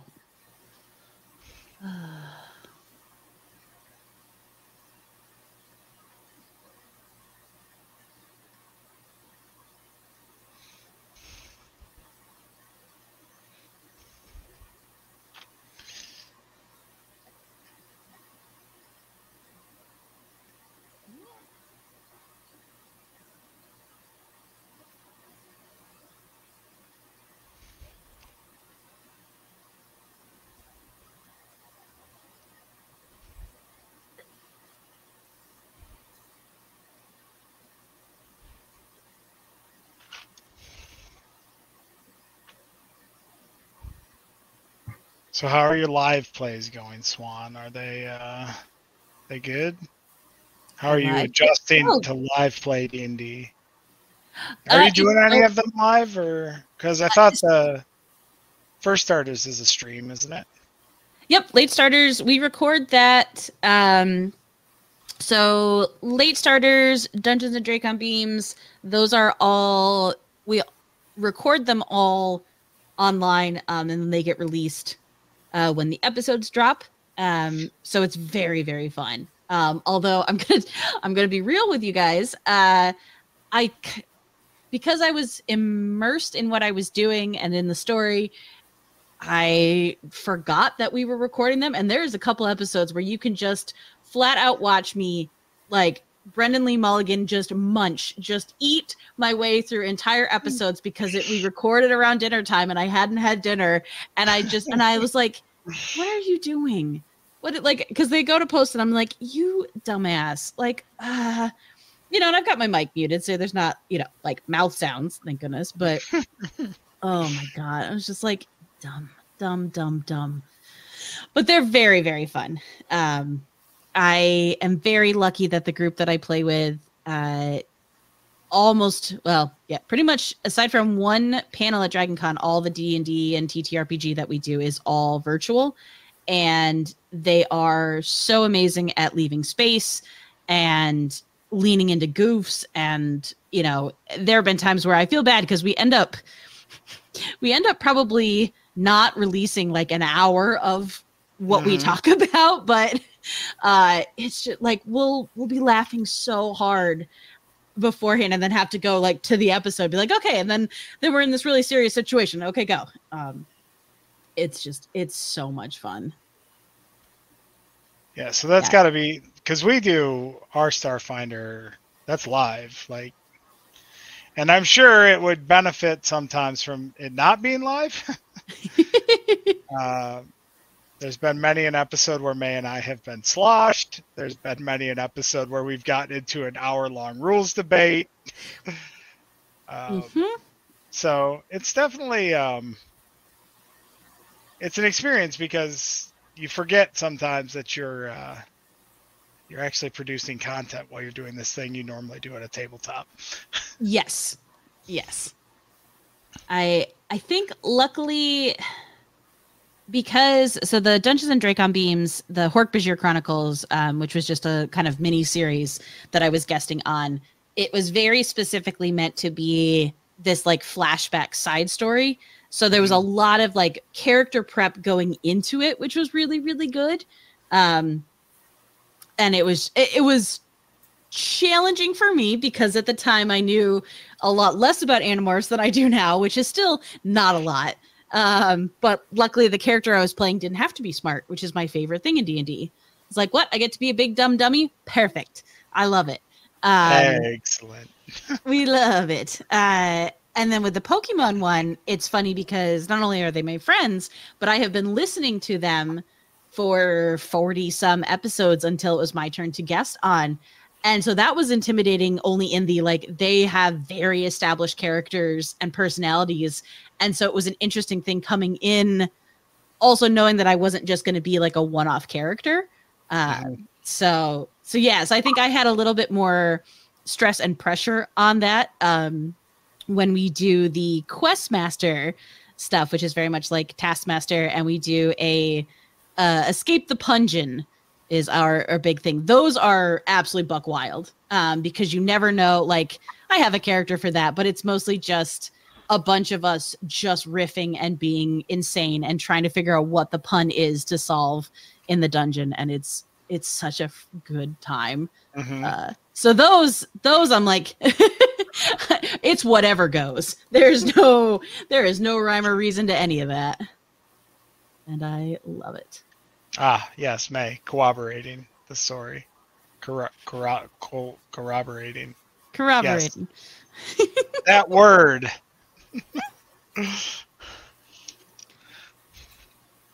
Yeah. But we're getting ready. So Starfinder's winding down. We've probably got Hunters has 4 sessions. I feel more realistically it'll be closer to 8 to 10. Because we're paranoid and overplan everything. In tabletop, what? But then we are switching over to a D&D 5e in Hunter's long-standing campaign world. So we played through one campaign that was 4 years, probably, maybe more than that. We started during COVID, so 4. Yeah, and this is basically the sequel series to that. So we'll Was be it all running. the same characters? Was it you guys who played the last one in his world? Yeah. Okay.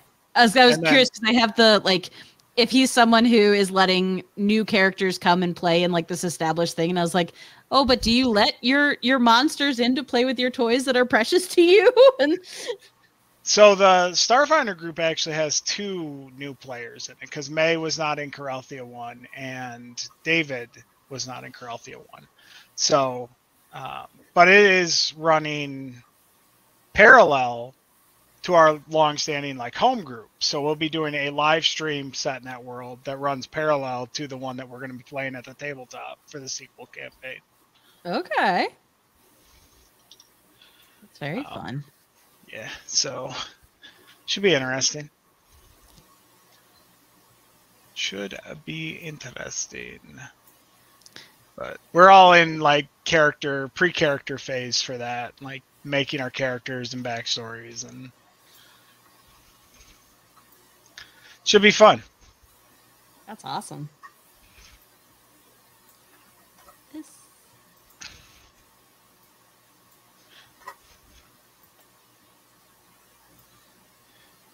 Aha, line tangent. Not today. You won't get me today.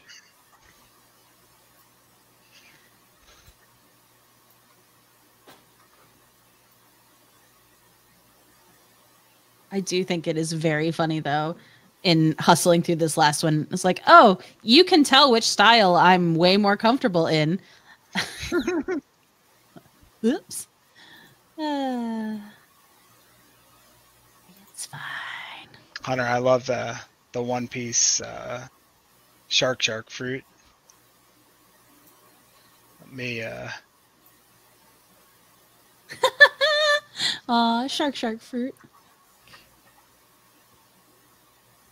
or would she just be a fishman?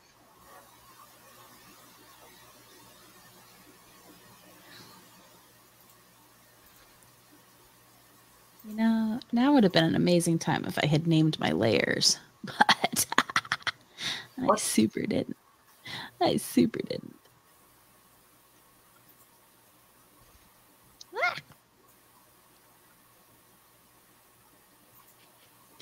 Promptly Photoshop's like, and you're gonna pay for that. Have you Control S lately? I'm gonna now. You know what? I didn't save the entire time. Stop it, you maniac! Oh my I have god! autosave. Ah.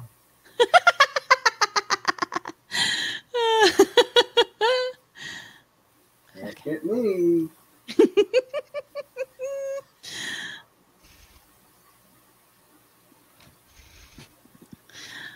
You've activated my trap card, Photoshop.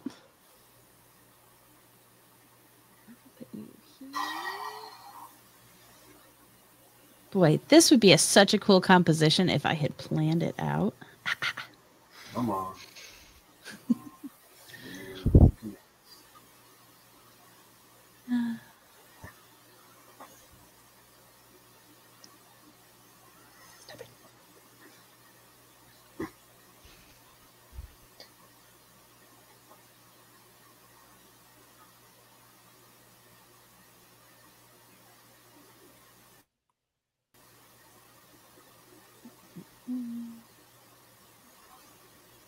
Nope.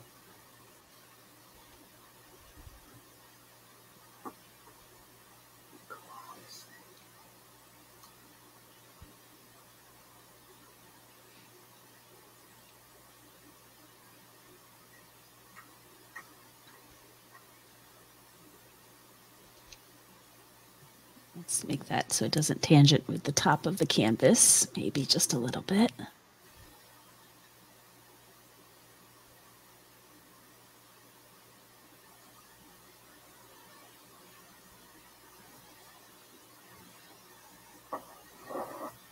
It is always funny to me, in working in a different program after you've been in one for so long. Like I catch myself there are certain tools that I use every time I make art in Clip Studio, and I just keep trying to do that in Photoshop, and it's just like, nope.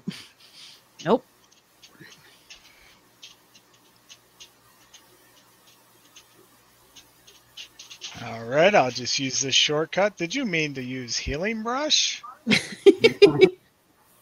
No. Well, now I'm gonna crash. So there.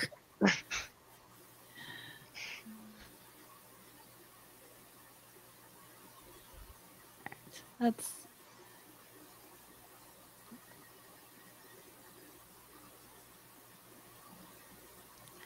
God. So mad. All right, I'm done. I'm done futzing with it. I will futz more with that later when it doesn't want to fight me.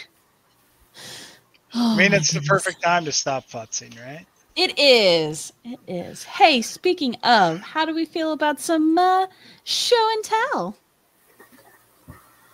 I'm waiting for my thing to save. You saved me. I can show and tell. All right, let me close some of the Photoshop. Why? There you go. Just yell at Photoshop a little bit more, and then okay, close all of my things.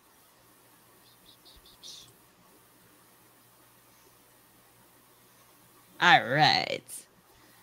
Yay! Okay, ready for the tour. Hello.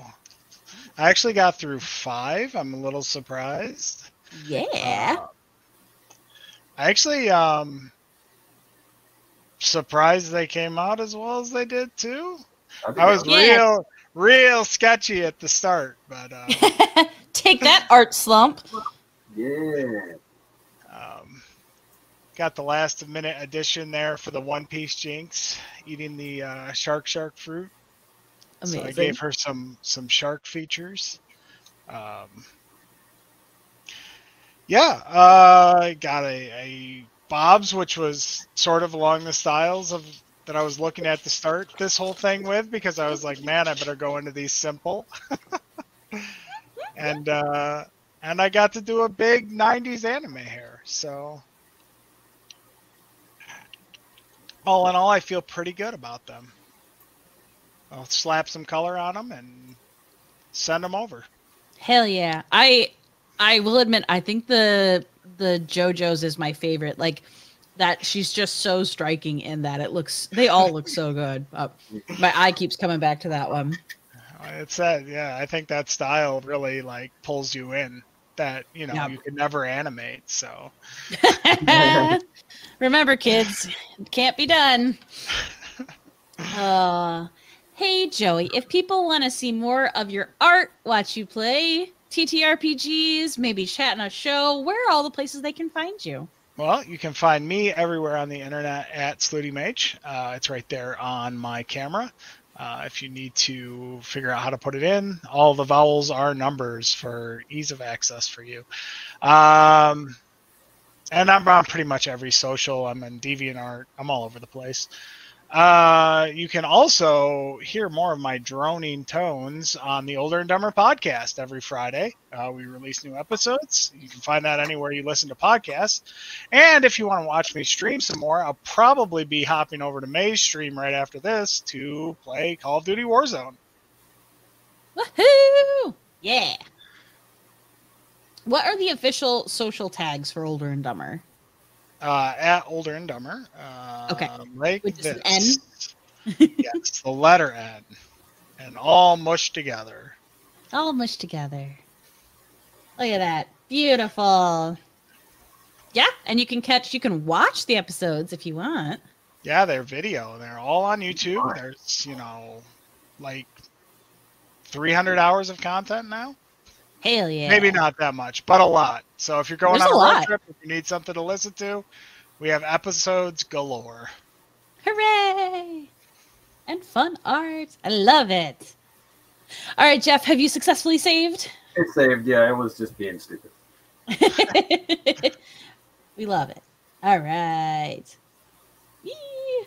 Oh my goodness. Look at all the boys. Oh my gosh. Thank you for all the suggestions because I was stumped for most of the anyway, stuff. But I had fun doing this, and this is kind of payback. I make my students do this every fall, and I think it's a great exercise in proportion and style to try and get them out of their comfort zones. But yeah, I don't do it often. I usually just kind of dabble in my own. It's fun to jump in and make sure that I can still adapt to other styles. Yeah. Something that as an animator you need. But yeah, it was a lot of fun. Powerpuff Girls are always extremely deceptively hard to do because if you do it wrong, it looks incredibly wrong. But I feel like you did a pretty good job here. I think they're great. I cannot believe how hard it is to draw the Powerpuff Girls like the girls. Like, yeah. Because, like you said, if you miss the eye placement by just a little, they look so bad. Yep. Yeah. No, I just perfect oval, and then the eyes always touch the outsides of the head, but they're huge. Like it's really kind of hard to hit. But yeah, when you do it, you do it, and when you don't, it's very noticeable. Yeah. But I cannot get over the Codename Kids Next Door. I feel like it looks really good. Yeah. They all look so good. Also, I'm so happy about Cardcaptor Sakura style. That one's way out of my comfort zone too, because I'm not unlike you guys. Like I'm not an anime. I don't watch much anime. However, I do have a Cowboy Bebop tattoo on my forearm. Yeah, dude. Ever made. Yeah, so like it's hard for me to adapt to that and I'm not one of those people who are like, oh, it's anime. Like that's hard, dude. Like it's again, the eyes to do anime eyes hard. It is. But yeah, so that's like extremely outside my comfort zone, but I think I did a pretty decent job on it. I think so. Yeah. No, I think they all turned out great. I love it. Ugh, the Bob's Burgers one just makes me laugh. It's so good. Oh, I love it. All right. Well, hey, where can people find you, support you, see more of your cool stuff? Yeah, mostly Instagram, Facebook. Again, under Geoff Munn. I also have a Pocket Science Studios Facebook page if you want to follow on that. That basically just mirror any work that I do. I kind of just mirror up on that. Gonna shamelessly go ahead and say my commissions are wide open. I want to take on more. So if anybody out there needs anything, wants anything, please hit me up. I do have a sheet that kind of floats around out there. I post it multiple times a day looking for work. But if there's something on there or something you want that you don't see on there, or if you feel that the budget's a little high, you can go ahead and DM me and I can probably work out something for you. Just did a logo for a friend of the show's. Jeremiah is going to be starting a podcast, and he hit me up, and I did a logo for him, and he just posted it today, which was very, very nice of him. I was really happy the way that came out too. So, just definitely hit me up. I'm looking to get some stuff done, in the next week or two. So if you're looking for something, please contact me because I'm getting itchy during the summer because I don't have enough to do. Drawing wise, I have enough to do, just not enough to do drawing wise, and I need to draw to be happy. So yeah, go ahead and hit me up on any of the socials. If you're on our Discord, DM me on that or reach out to me somehow. My email is jeffreymunn@gmail.com. You can always hit me up through email as well. Oh yeah. Heck yeah. Yeah. And as always, if anybody ever needs it, you can always reach out to me or the Doodle Crew Linktree. There are tons of ways to get a hold of the artist. So please never hesitate to ask, especially if you want to give them money to make art. We love that. We want that for all the artists. I know also friend and Doodle Crew member Hebe Buffet has a lovely piece by Geoff, and also a guest on the show, Soapbox Klotz, also has one that was gifted by Mayor Squish. So yeah, there are plenty of examples to see Geoff art all over. So yeah, all right, it's a me. Okay. Yeah. All right. So I did Nimona. Let's see. Photoshop. Just one more minute. I did Gravity Falls style. I did Gumball style, which makes me laugh. I did Over the Garden Wall. And then the fast one that I was able to crank out because it's so much closer to my style is I did Kim Possible. So, yeah, that was very, very fun. That one, like I said, it was amazing how easy that one was because it is so much closer to how I normally draw. If you put that on lined paper, it would look like ballpoint. I should. It looks very much like ballpoint as I'm looking at it on the screen. Yeah, I Which can is tell the best way to draw, by the way. Yeah, I love ballpoint pen drawing. On crappy paper, just whatever notebook paper and pen, like a thick ballpoint pen is the best way to draw. I will stand by that until I die. Yep. It is the Kyle Ultimate Inking Thick and Thin is the brush that I used. So yeah, I really liked it. It was because it felt like, I don't know if I'd be able to get in close enough, but it was some of the ones had a lot of tooth to some of at least the sketches, which were really nice because I like that. But yeah, no, I think it is my favorite when I'm putting together these. I was like, oh, well, I could render them in scenes, or I could just put them in a collage style with like a grid background or some lines, like I sketched it in my notebook at school and call it a day. So we love it. Yeah, this one was fun. We got there. I feel good. I feel good about it. I think the Gravity Falls was surprisingly one of the trickier ones. But yeah, they're fun. They're very outside my norm, so it was good. I think you did them all. Well, her design looks like it would work in that Kim Possible style really good. Actually, oh my gosh! If it was 2D.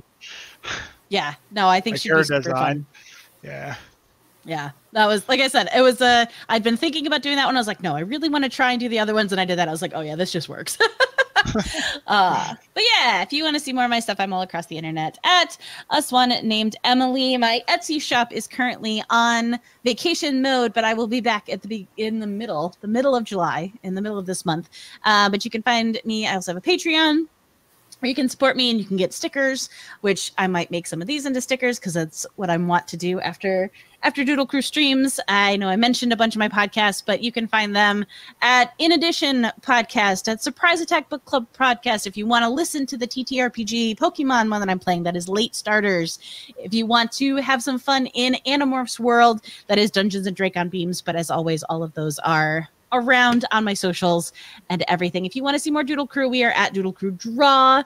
Episode art goes up on those socials as well as tagged to the artist. So if you do forget and you see that, you can follow the artist there. If you want to watch us and old episodes, they're all over on my YouTube. And we will be back, I think in August. I don't know. I think that's the next one. I didn't look, but back at some point. It's season 4. There are no rules. We just make it up as we go. But yeah, this was great. Thank you so much for hanging out. Thanks for making art. And we love you all. Goodbye. Bye.